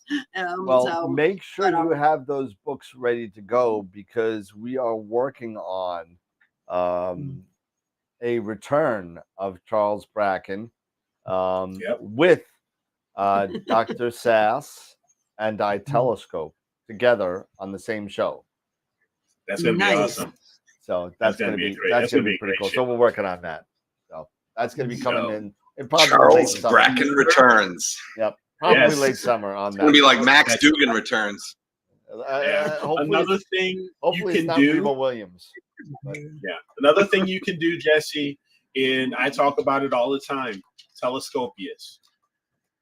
You can go to Telescopius and you can actually enter in where you live, and then it'll give you some ideas, and then as far as how high, because you can take a look at your how high over the tree line you are, how many degrees you have to be over, and then say, okay, I got to be 25 degrees up, anything above 25 degrees. So it'll help you, with that. You can say anything above 25 or 30 degrees, whatever that number may be, for how long, and for how long you want to image for. That would be good. Information. That'll give you some information on targets to choose from. So that's another option. And I need something. I need something different. From your latitude, what focal length are you using right now? I have the one that'll stay set up for most of the summer in the driveway is 952. You got the 127. So listen, there's nothing that's stopping you from getting that nice little, like, what is it, the Owl and 10 Owl Nebula. The Owl. Places in the Milky Way. Don't worry about the Owl by itself. You're not going to get good resolution on the Owl by itself. Yeah. But that whole area around the Owl and that other galaxy, which is along the bottom, I forget the number eludes me. That runs along the bottom of the bowl. I think it's like 104. Good call, Cap. I'll call this out too. Cap even made a suggestion. I was going to echo this one as well. Stellarium, if you can create a custom horizon. Yep. And if you want to, and I mean, I did it for myself using an app here. What's it called? Theodolite. Very easy, very easy to use. Yeah, because you did that too, Dan, too, didn't you? Because I remember we talked about that one show. Maybe it was I need to do that. Because it's not like a solid, like I have like one area that's like really high, and then then I'll have like a little bit of a dip here where the trees are right. And this you can actually mark everything. Yeah, you can mark your tree line and everything as you just keep turning full 360 degrees, and then save it. And there's a process that you can have that emailed to from your phone. And then you manipulate a few of the numbers, a few of the settings, and then you can plug that into Stellarium. Yep. And you can also do it for Nina. Yep. If you have Nina, you can also do this for Nina. And then so when you use Stellarium, it'll have that your horizon, and you can. That's a really big help. The So, one yeah, Yeah, I'm good glad call. you reminded me of that, 'cause that's exactly what I need to do. Because I think I spend too much time finding a target, and I'm like, you know what? Oh, that's That's not gonna right work. above the trees. That'll be good. And then I get out there and I get all set up, and it doesn't work. And I just got these little branches, like right about there. Yep. Like, oh man! And then spend another half an hour going, okay, now what? You know, like I just spent an hour picking out this target. I'm burning time here. Yeah, I Cool. mean, Yeah.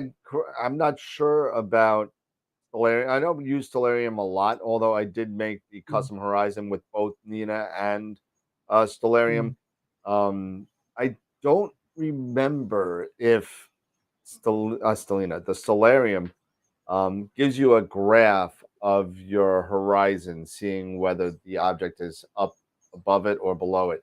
I do know that Stellarium does have an actual picture of your backyard, Yeah. and you could actually graph out the sky so you could see the Stellarium stars, and you'll see your actual backyard and what it's above.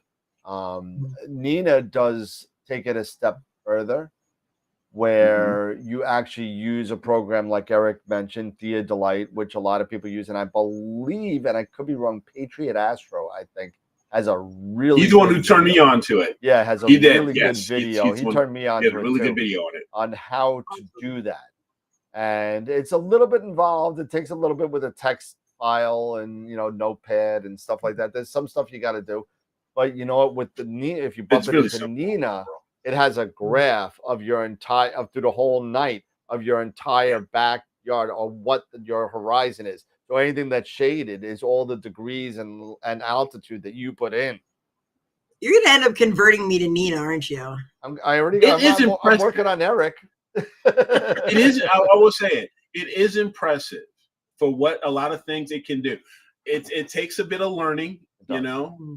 It does take a little bit of learning, but like there's a lot of cool things, especially like I mentioned earlier, the filter offset calculator, which I think is really cool. I figured out how to finally do it. So it's very helpful when it comes to auto focusing, doing my autofocus, because I can, my everything off of my luminance, and it just goes that particular above or below that step, that initial step number for my luminance, and then it just goes right there, right?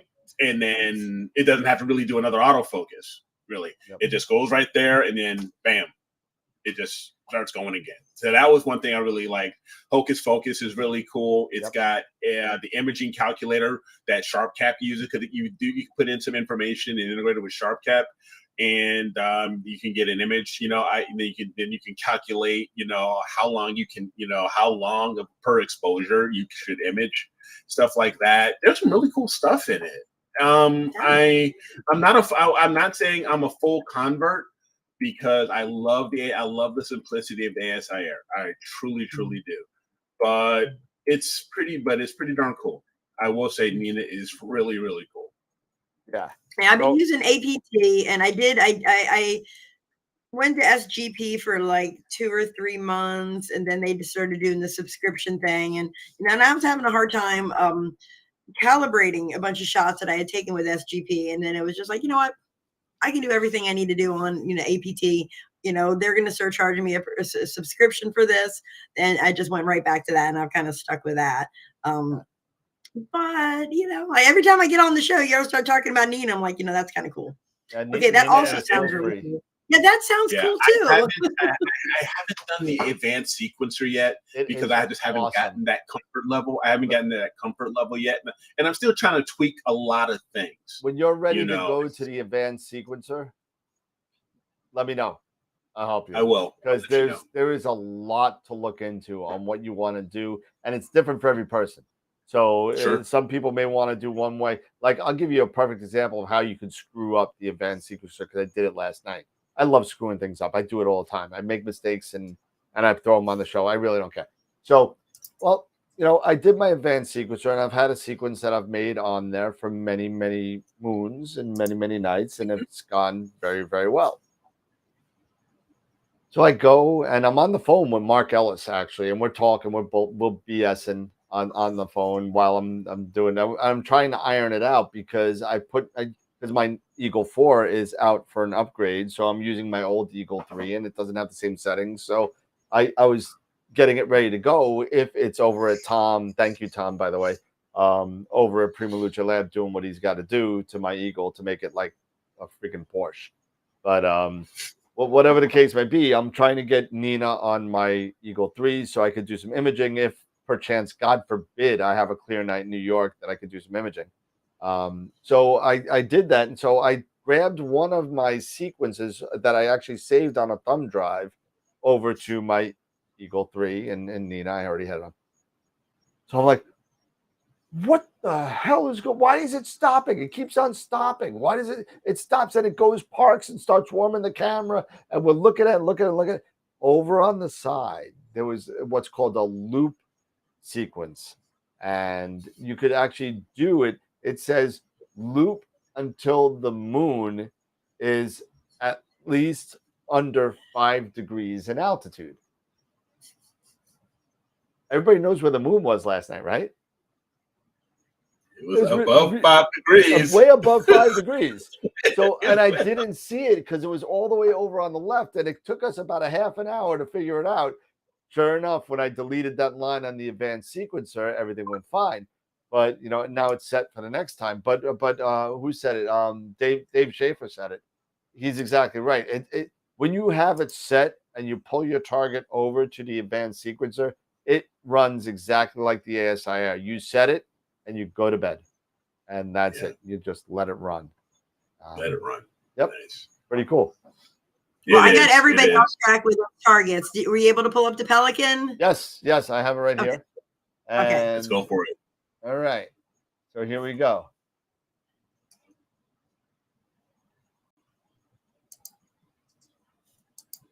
You guys see it or no? Hold on. now? I'm switching over to YouTube. I switched over now to I can the see live. it. Yeah. I switched over to I'm the switching live. back over to live. Okay. So this is Josh Kovac's Pelican Nebula. And I'll try and get some information here. Give me a second. I'll get it from the Fitz header. For those of you guys that don't know this, the Fitz header will give you a lot of nice information about your image and where let's go. There it is. And you just got to choose it, and it's Josh Kovac, and it'll give you a whole bunch of stuff here. So this is on EQ mod mount. And he's using a DSLR. Yep. And it doesn't have a lot in the Fitz header actually. So drizzle integration, blah blah blah blah. Okay, so where is it? Drizzle integration. Okay, number of images is 56 images. Okay. And I don't see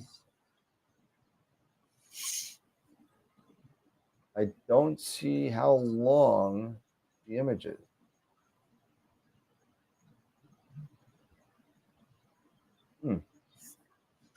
Unsure on that. Yeah. So one thing is, I don't know what we're using for integration, if it's Nina or not. If it's Nina, you want to take a look at the Fitz header settings to add stuff like temperature, maybe, and integration time or shutter speed or whatever. Because I think maybe with DSLR, maybe it's not. Maybe I'm missing it. I could be missing it.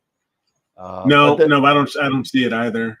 But there's a lot of good information in here. If you're using CMOS, there's a lot more in here.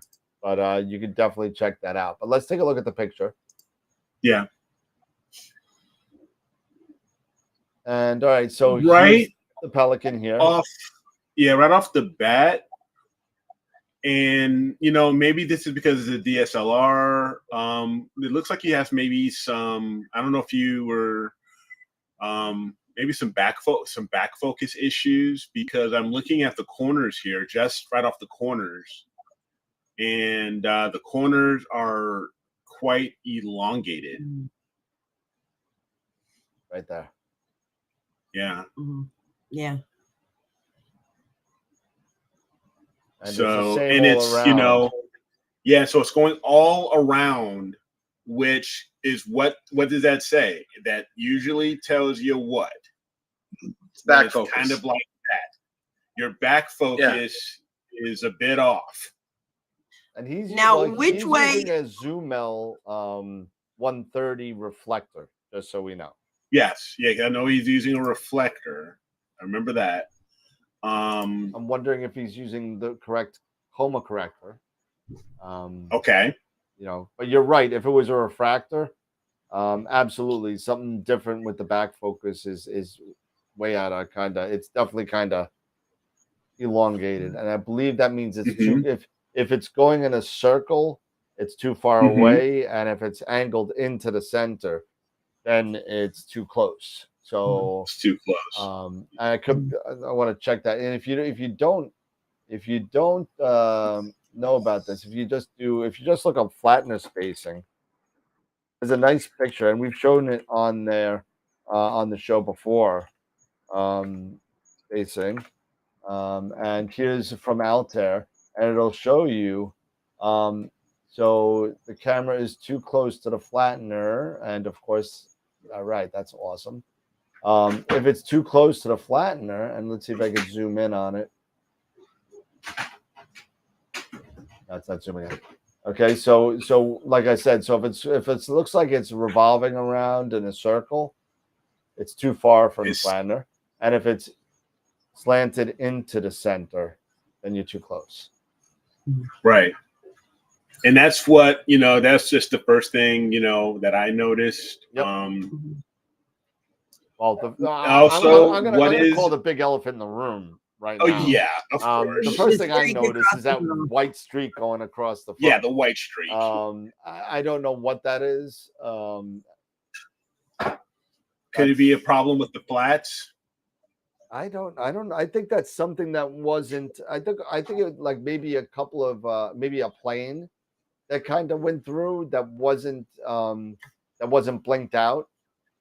That we just used all the data. That something was off with one or two of the frames. That is doing that maybe without seeing all of the raw data. We're not going to know what that is. Now. Another thing that I see, and I don't know what the image train looks like, but the star spikes are great. But what There's spikes? Yeah, what's that? This? What's bisecting the aura of all the stars? I don't know what that is. Right. It's in every single star. I don't know if you have a wire or something in the way, or I don't know what that is, because the spikes are your spider vein. Yep. And this, I don't know what it is because it's in every star.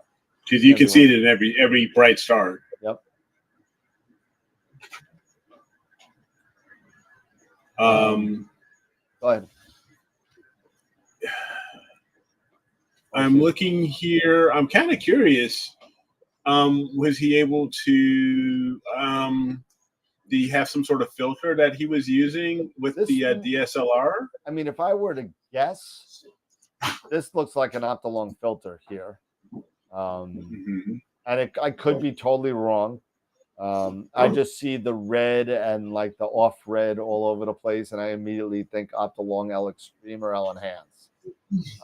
That's just the way my eyes are conditioned. I could be totally wrong. But that's okay. David saying it looks like there may possibly there looks like no coma corrector. George is George says if it's a newt, it may be the hold down clips on the main mirror. I don't know what those are. I don't have a newt, so no. You know what? If it was a hold down clips on the main mirror, would it affect? No, would it be like that? I don't know. That'd be interesting to kind of play around.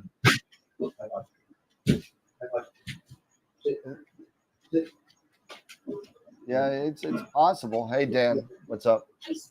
Hey Dan. Oh Dan, sorry. Let's go back to what it looks like here. To me, I think the stars are a little hot. Overall, in general, it's taking away. The stars are too bright, and the nebula could use some definitely do some star reduction.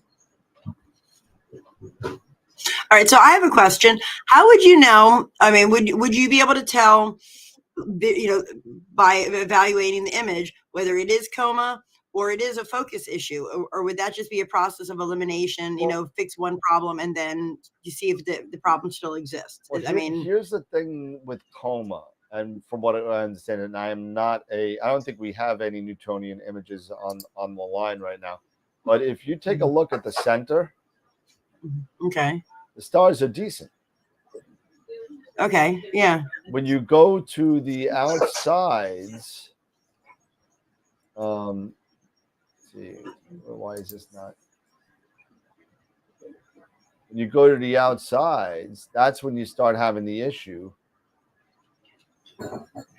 And to me, and I'm gonna have to say who said it, David. I'm gonna have to echo David's comment, and I know we mentioned it also.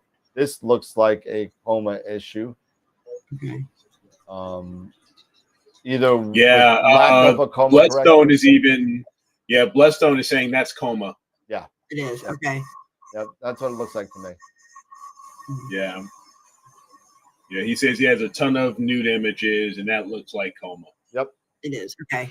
Yep, exactly. And this is a project. Here's Josh. He even mentions it.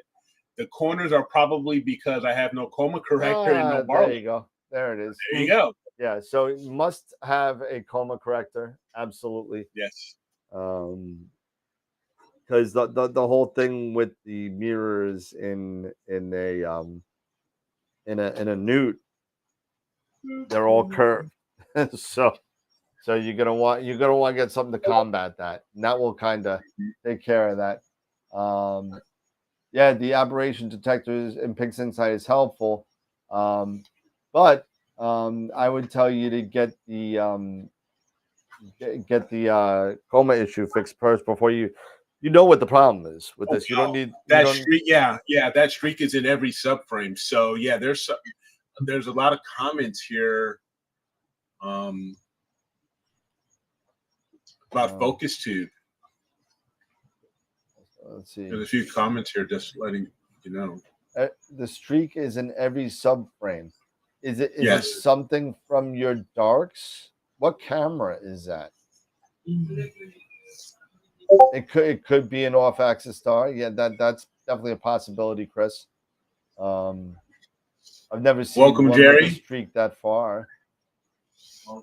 Jerry, how you doing, Jerry? Welcome, first night. Welcome. Thank you. Welcome. Come join us. Join the team. Join the family. Yeah. We have almost 1,200 subscribers here on YouTube. We're on twice a week for the last 2 years. And we keep on growing, and we keep on talking about astrophotography, and we love it. So welcome to the family, and feel free to join us. So definitely that streak. We've got a few take a look here in the chat, Josh. There's a few ideas here, a few suggestions on the focus tube. I'm wondering if that coma corrector might actually help with any sort of reflection that might be. It could be reflection. I've never seen anything. Now, let me ask a dumb question to Josh. It's in every subframe of that target. Is it in every subframe of every target? Yeah, good question. That would be a question that I would ask. Because if it's in every target, well, we know it's not an off-axis star. We know it could be an issue with the camera, or it could be some sort of reflection issue with the image train. So Bloodstone says it reminds me of the draw tube sticking to the imaging tube. I had that problem as well. That's definitely possible. So I had when I first started, it was just and I moved my telescope around the yard, but now my neighbors thankfully have gotten a shade put on their ridiculous street. It's like the only street light on the entire road. They moved out here to the dark country and decided to put a street light up. But I had been taking some pictures, and I'd had my I think it was just still using my DSLR on a tripod, but it had like this random light, and it was just the way the light from the neighbor's street light was hitting it, Yep. and I just happened to catch it, and it was like every image, and it was just like a little flare, and once that went away, like once I realized what it was like, oh, let me just move it 1 inch to the left, and it was gone. Yep. So.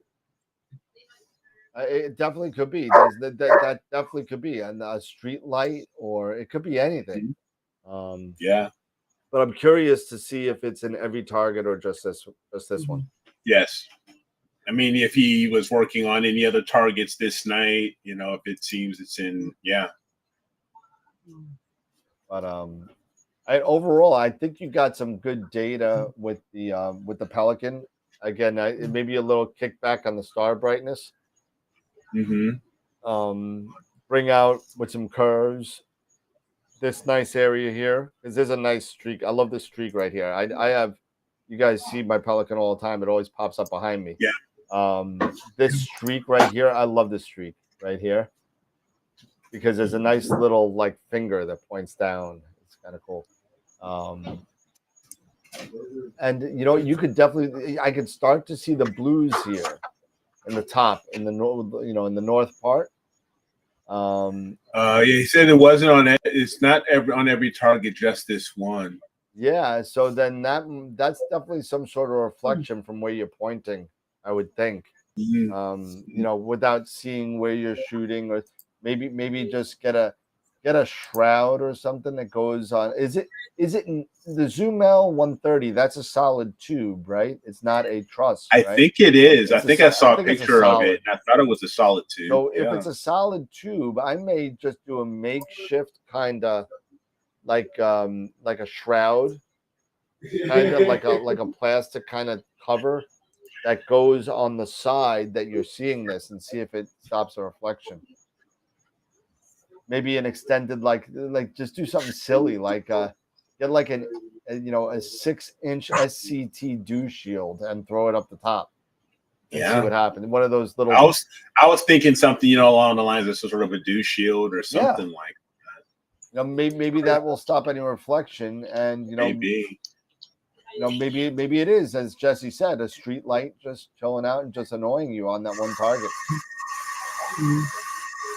If this was a Starlink or a satellite, it wouldn't be in Jerry. This wouldn't be here, because it would have been averaged out.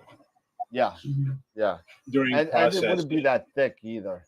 And it wouldn't be in every frame either. Exactly. It wouldn't be in every frame. Yeah. That's why I thought maybe if it was a plane, then now that knocks out the plane theory. Yeah, Dan, he was saying, it could be a light leak. Yep. So, it's either a light leak or a reflection from somewhere. Because it's not in every frame. But definitely, number one, the first thing, chroma corrector. Got one. Once you get that out of the way, you can figure out backspacing and all that kind of stuff. Exactly. Because heck, could it be just by chance?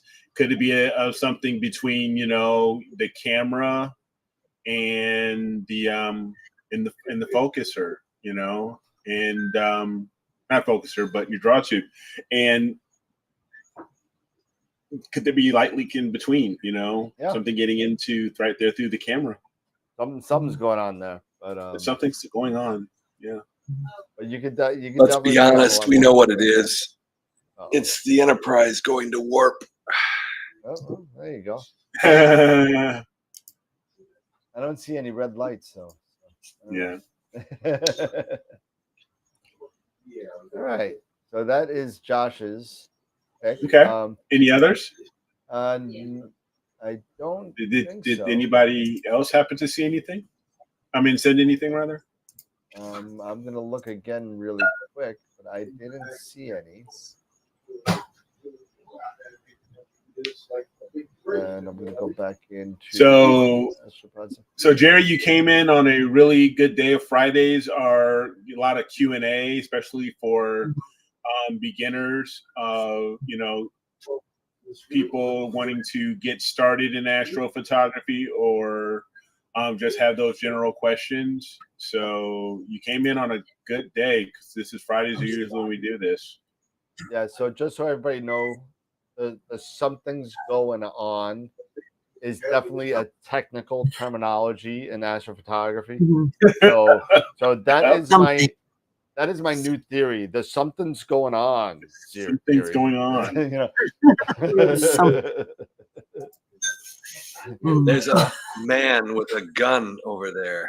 Don't do that. Are you doing Johnny Cash or something, man? The heck? It's Joe Walsh, man. It definitely could be Josh, but that's got to be a really strong light source to extend that. If you take a look at the brightest star on your frame, which is the one right in the middle, I think. If you look at the longest spike on that, it's not as long as the one that you're seeing. If that's an off-axis star, maybe just take it again, see what happens. Yeah, give it another shot.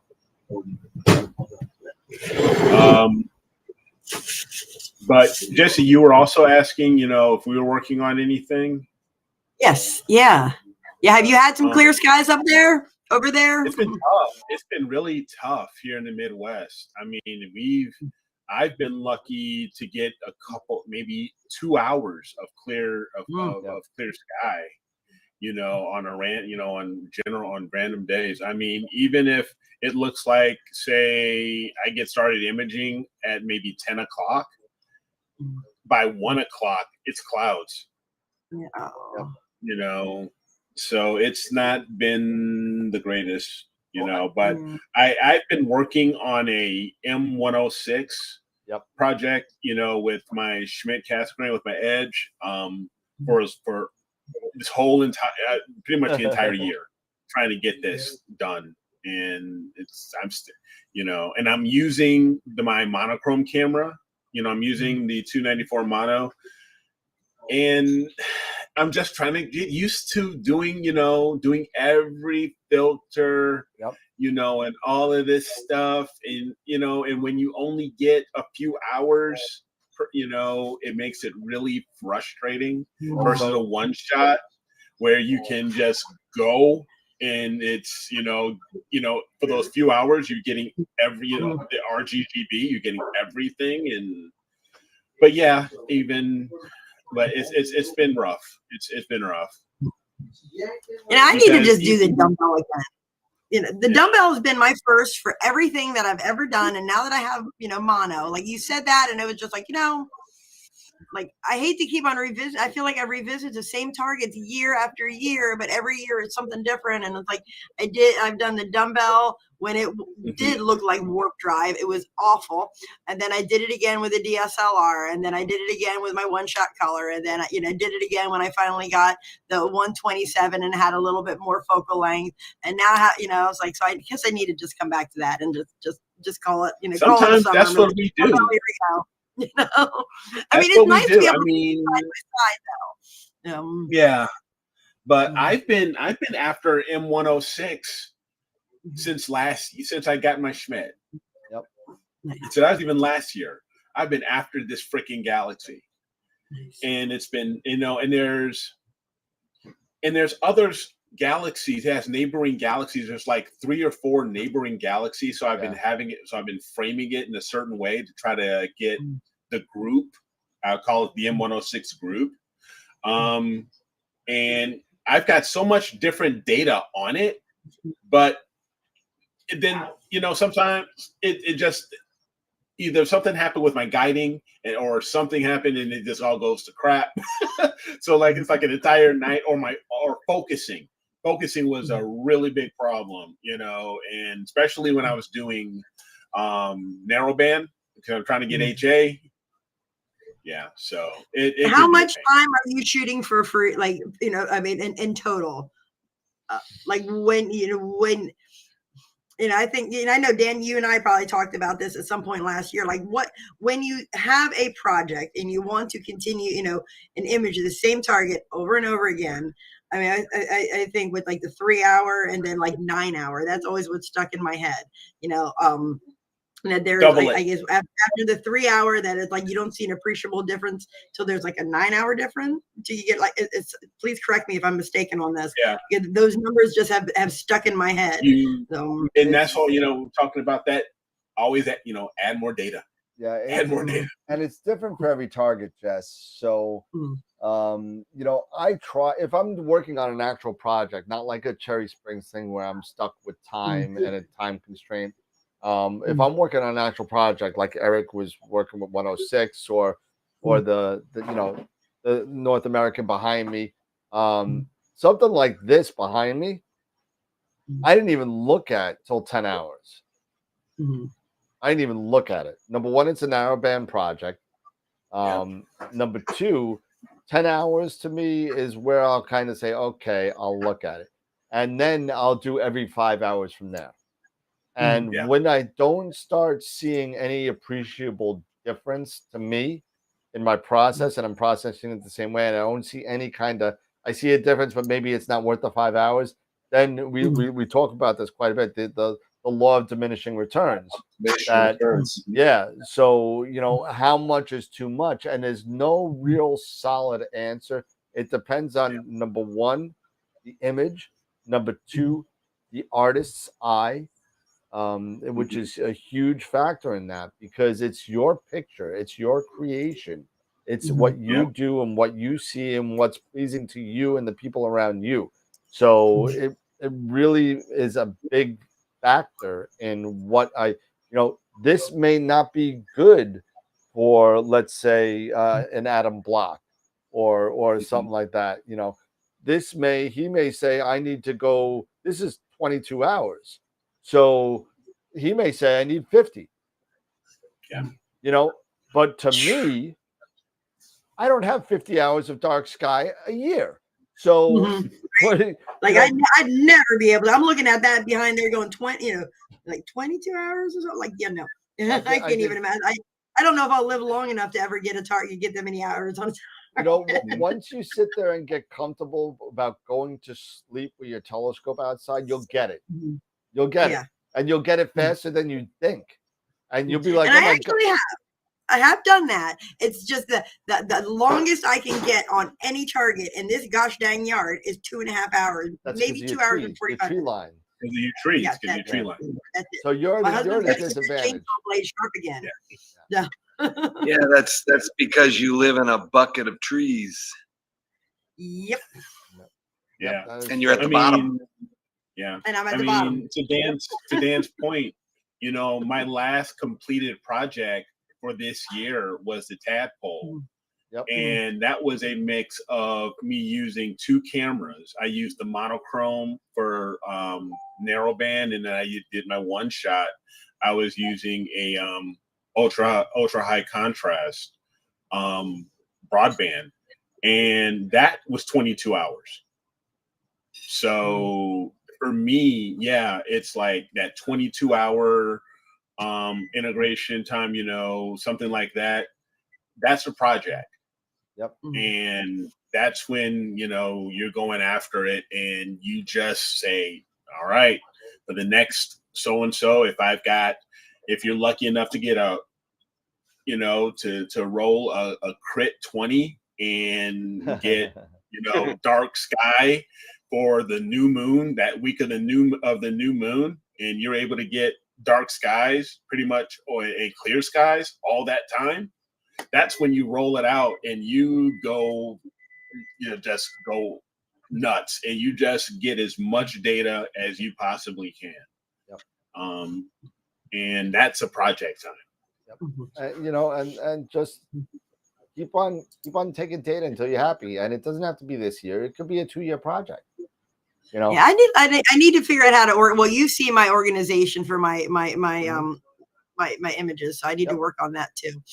As far if I'm going to try and do a multi-year project, I need to kind of get a little better with pulling those pictures in, I guess, and calibrating them, and then just shoving them aside, but so I've got to work on that. Just out of curiosity, do you have a good consistent view of, say, Polaris? No.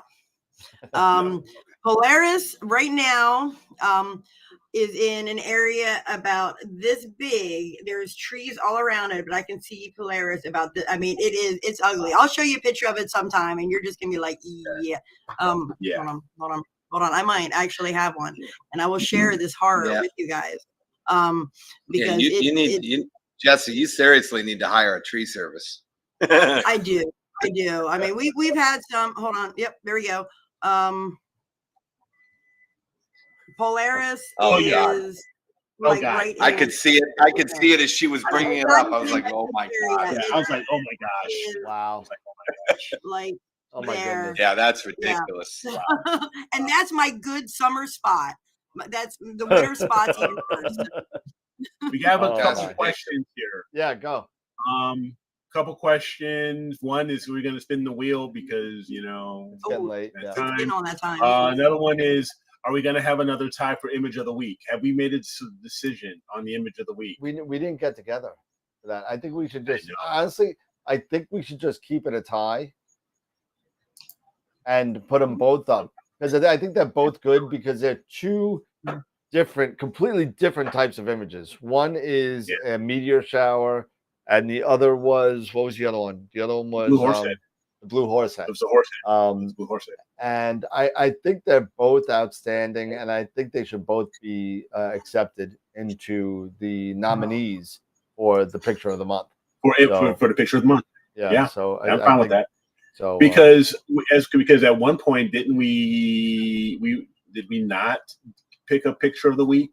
Yeah, last At month one we point? only had 3. Yeah. So now we have 5 for this. yeah. So put them both. Yeah. So let's put them both up, and the woods. And let the best image win for the month. We also have to crown this week's picture because that ended at 5:00 today, so we can do that too. So there you go. Let me get that up as well. For those of us that were tardy to the group, maybe you could show it again. No. Yeah, we could do that. And, Yeah, I guess so. I suppose. And all right, so let me go to AstroWorld's website. All right. So here we go, and I'll put this on the screen here. And let's go to the picture of the week. And so our pictures of the week for this week, and give it a sec. For those of you that see that this is low, the pictures are actually pretty big this week. So if it does take a little while to load, I do apologize about that. It will come up right now. There we go. So for those of you that are new, I know we have a couple of new people in there. You could submit your images anytime on our Google Drive. You just drag and drop right into this folder. You can just click right here on Google Drive, and it will go to the actual folder. But here's this week's entries. So we got picture of the week, David Schaefer, Soul Nebula. Right on. Christopher Setness, the Triffid. Nice. Very nice. And we got Tom Digons, M51. Nice. I like that. That's really cool. And I'm not sure who did this, but this is obviously Ro Fucus. Bro. Yep. And That looks like Thor's hammer, man. Doesn't it? That looks like maybe Thor, a little, not his hammer. It Yeah, looks like here's the the head. axe that he used. Yep. Oh, Absolutely. Stormbreaker. It looks like the axe. And then we got Josh Kovacs, Auriga Complex. Yeah. Yeah, that's amazing. It's really, really good. That M51 is really, really something. Mhm. And if I just go into the poll and see, this is June 10th, right? June 10th results. Here we go. So we had 25 votes, and the number one was David Schaefer's Soul Nebula with Congratulations. 40% of the vote. So congratulations to David. Just beat out Christopher at 7 votes. Beat him out. And then Tom followed by 4. Unknown with the row of Fucus, and Josh with 2 at the end. So we had 25 votes overall. So we would love to have a lot more votes today. We'd love to have more. Like 30 or 40 votes out there. So please vote for the next picture of the week. And David, congratulations. You will be in the running for the picture of the month for June. So, yeah. There you go. Congratulations, Dave. And then we got And picture of the month. Do we do picture of the month? Picture of the month ends on the 17th. So with next Friday we will we have another Friday. Yeah, so if you want to take a look at the running right now on picture of the month, where we're at with 1 week to go, it's still ending. So right now as we stand, the picture of the month right now, if it would end today, would go to Josh Kovacs M13 with 7 votes. Dave Schaefer's Needle with 5, and Mark Muratore's what is this? This was the M101, if I remember right. 4 votes. So it's still early. There's still time there's only to get your votes in. Only 17 votes so far, guys. So take a look at your votes. And Dave, just so you know, stop putting "Let's Go Caps" on there, first of all. And no, just kidding. But if you do, one of the rules on the picture of the month is you could only have 1 picture of the month. So if you do win, what we're gonna do is we're gonna give it to the second place person if you already have a picture of the month. So you don't have one yet. You don't have a duplicate yet, but just so everybody knows what the rules are. So let's go to the field. All right. So what are we spinning for? We are spinning for the Masters of Pixinsight Class. Okay, because it said Adobe. So why does that say Adobe? There you go. You ready? Can I just say that this wheel is starting to look like something from a Beatles song during their psychedelic phase? Yeah. Copy, and then we'll open. Where is it? There you go. And then go all and paste, and there we go. So that has everybody in there now.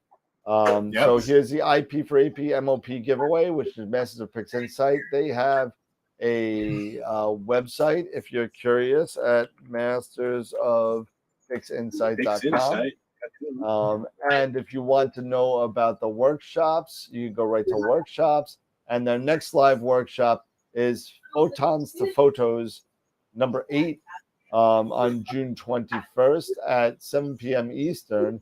And this one, they're going over Warren. I'm sorry. M101. Ron is doing M101 from stack to finished. So in 2 hours. So if you don't win, and he's going to use Noise Exterminator. Yep. They've been using Russell Croman stuff, and actually they have Russell Croman. If you're a member of Masters of Pixinsight and part of the group, Russell Croman, if you want a sneak peek of what you'll see here in July, Russell will be on Masters of Pixinsight in June to also talk about the same thing. So, but if you don't win and you still want to go to this workshop, it's $35 for the 2 hours. So, pretty cool.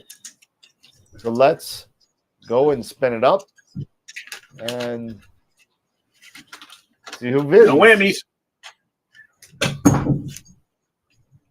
Oh, you got to be kidding me. David Schaefer. Hey. David Nice. Schaefer. He is. He's having a good night He's having a tonight. great night. What the hell, Yeah, man? really.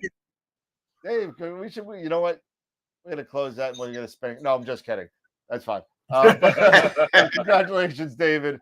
This is not for real. Sorry, I don't want anybody to see that to see if anybody wins that and gets all mad. But so Dave, congratulations. You'll be getting an email from me. Damn it. And let's do that. And we get rid of that. And you'll get an email from Peter Proul, and myself regarding how to redeem your Masters of Pixinsight workshop. So, congratulations, David. Congratulations. 2 for 2. Awesome. And 1,000. Oh my goodness. That's beautiful image too. I love it. Love it. That's a first Love double the winner. purple. I think that's the first double winner. So congratulations, David. You took home the bacon. There you go. Oh my Very goodness. cool. All right. So that's pretty much it. And listen, just don't forget, if you haven't signed up for the newsletter and you want the newsletter, it has dates of star parties, it has target suggestions, it has a little knickknacks from some of the members and co-hosts of AstroWorld. Feel free to let me know or give me an email at dan@astroworldweb.com and I can get that out to you. Or you could go to the website under Contact Us and sign up for our newsletter there, plus all the giveaways and all that kind of stuff. So feel free to do all that. I think we right now on our MailChimp account, we have 57 people signed up for the newsletter. So Nice. Pretty good. Pretty cool. All right. Well, we're coming towards the end of it, and we haven't gotten off the rails. I haven't hit the button once tonight. That's a first since I made it. I think the first night I hit it like 4 times just because I wanted to put it on there. But got a little so yeah, I mean, this was a great show, and I'm just gonna, just put it back out there. We are on Facebook. We're here on YouTube. Share the show.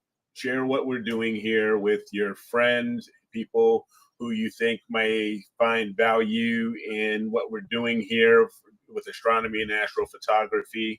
Remember, sharing is caring, so we would really appreciate that to grow our audience, grow our base. Also, don't forget to check out the website, astroworldweb.com. We have sign up for the newsletter, sign up for all of these really cool contests that you see that we've just been doing here. There's a lot of cool stuff going on. And check out our store, for merchandise, AstroWorld merchandise. 10% of the proceeds for every quarter, I believe. Yep. We will give 10% to a random astronomy club around the world. So that's really, really cool. And that's been there. It's part of Astro Bubble. I mean, Scott, Redbubble, but Scott's wife, he and his wife, they built they designed the AstroWorld logo for us, and it's awesome. That's a lot of talent right there, showing off right there. So, you've got all kinds of stuff in there. Dave donated $20. Thank you, Dave.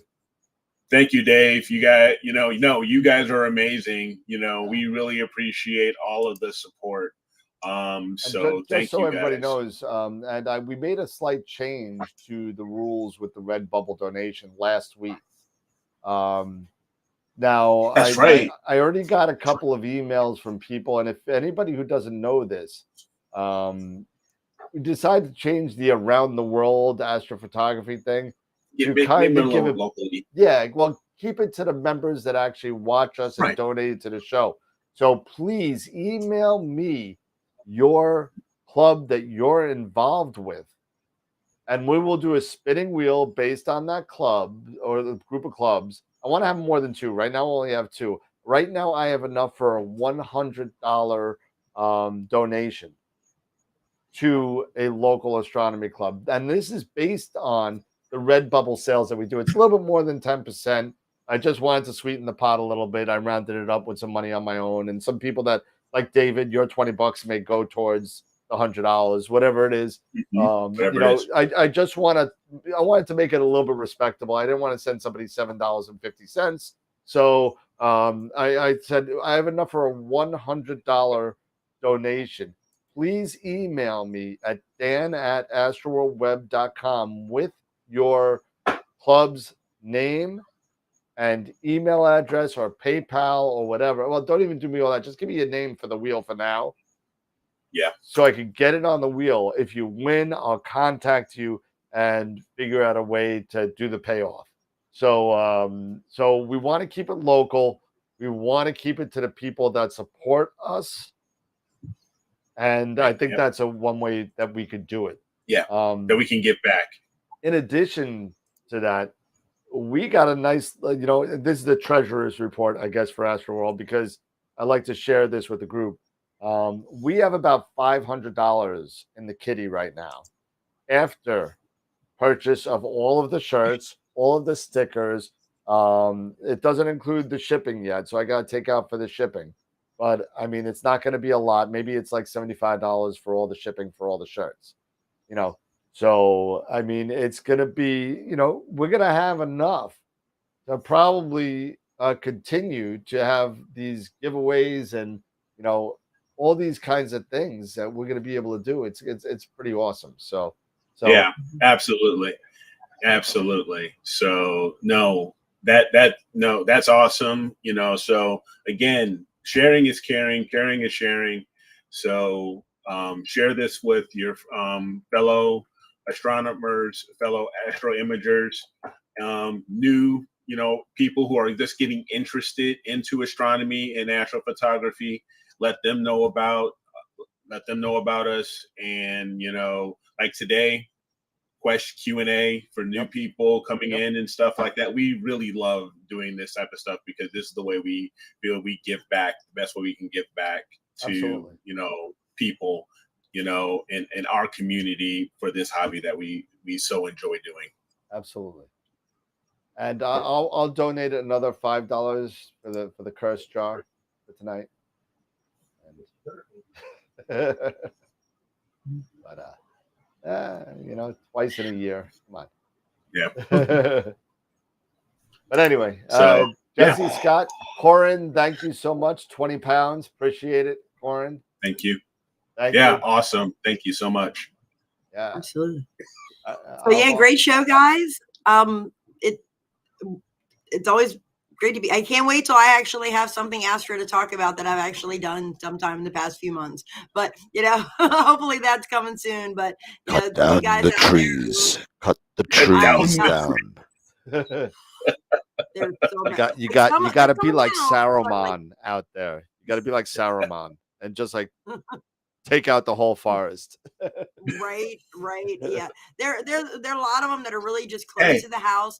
And we've got to, and like, I got an idea for you, Jesse. Astro stuff or taking the trees down. I mean, taking the trees down is kind of Astro stuff right now, but it is. It's kind of Astro stuff. So this is what you do: start chopping down those trees with a heading. With a heading. Mike, I love it. Yes. With a heading. Oh my goodness. God, hold on a second. Here we go. You're fired.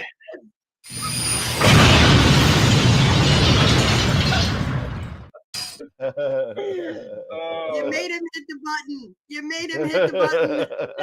Yes. But yes. Mike G, thank you. God. Another $20 donation. Thank you, Mike. Thank you so much, Mike. Really appreciate it. No, really, guys, great show. Yeah. And to you guys out there, that are joining us, or absolutely, jump in.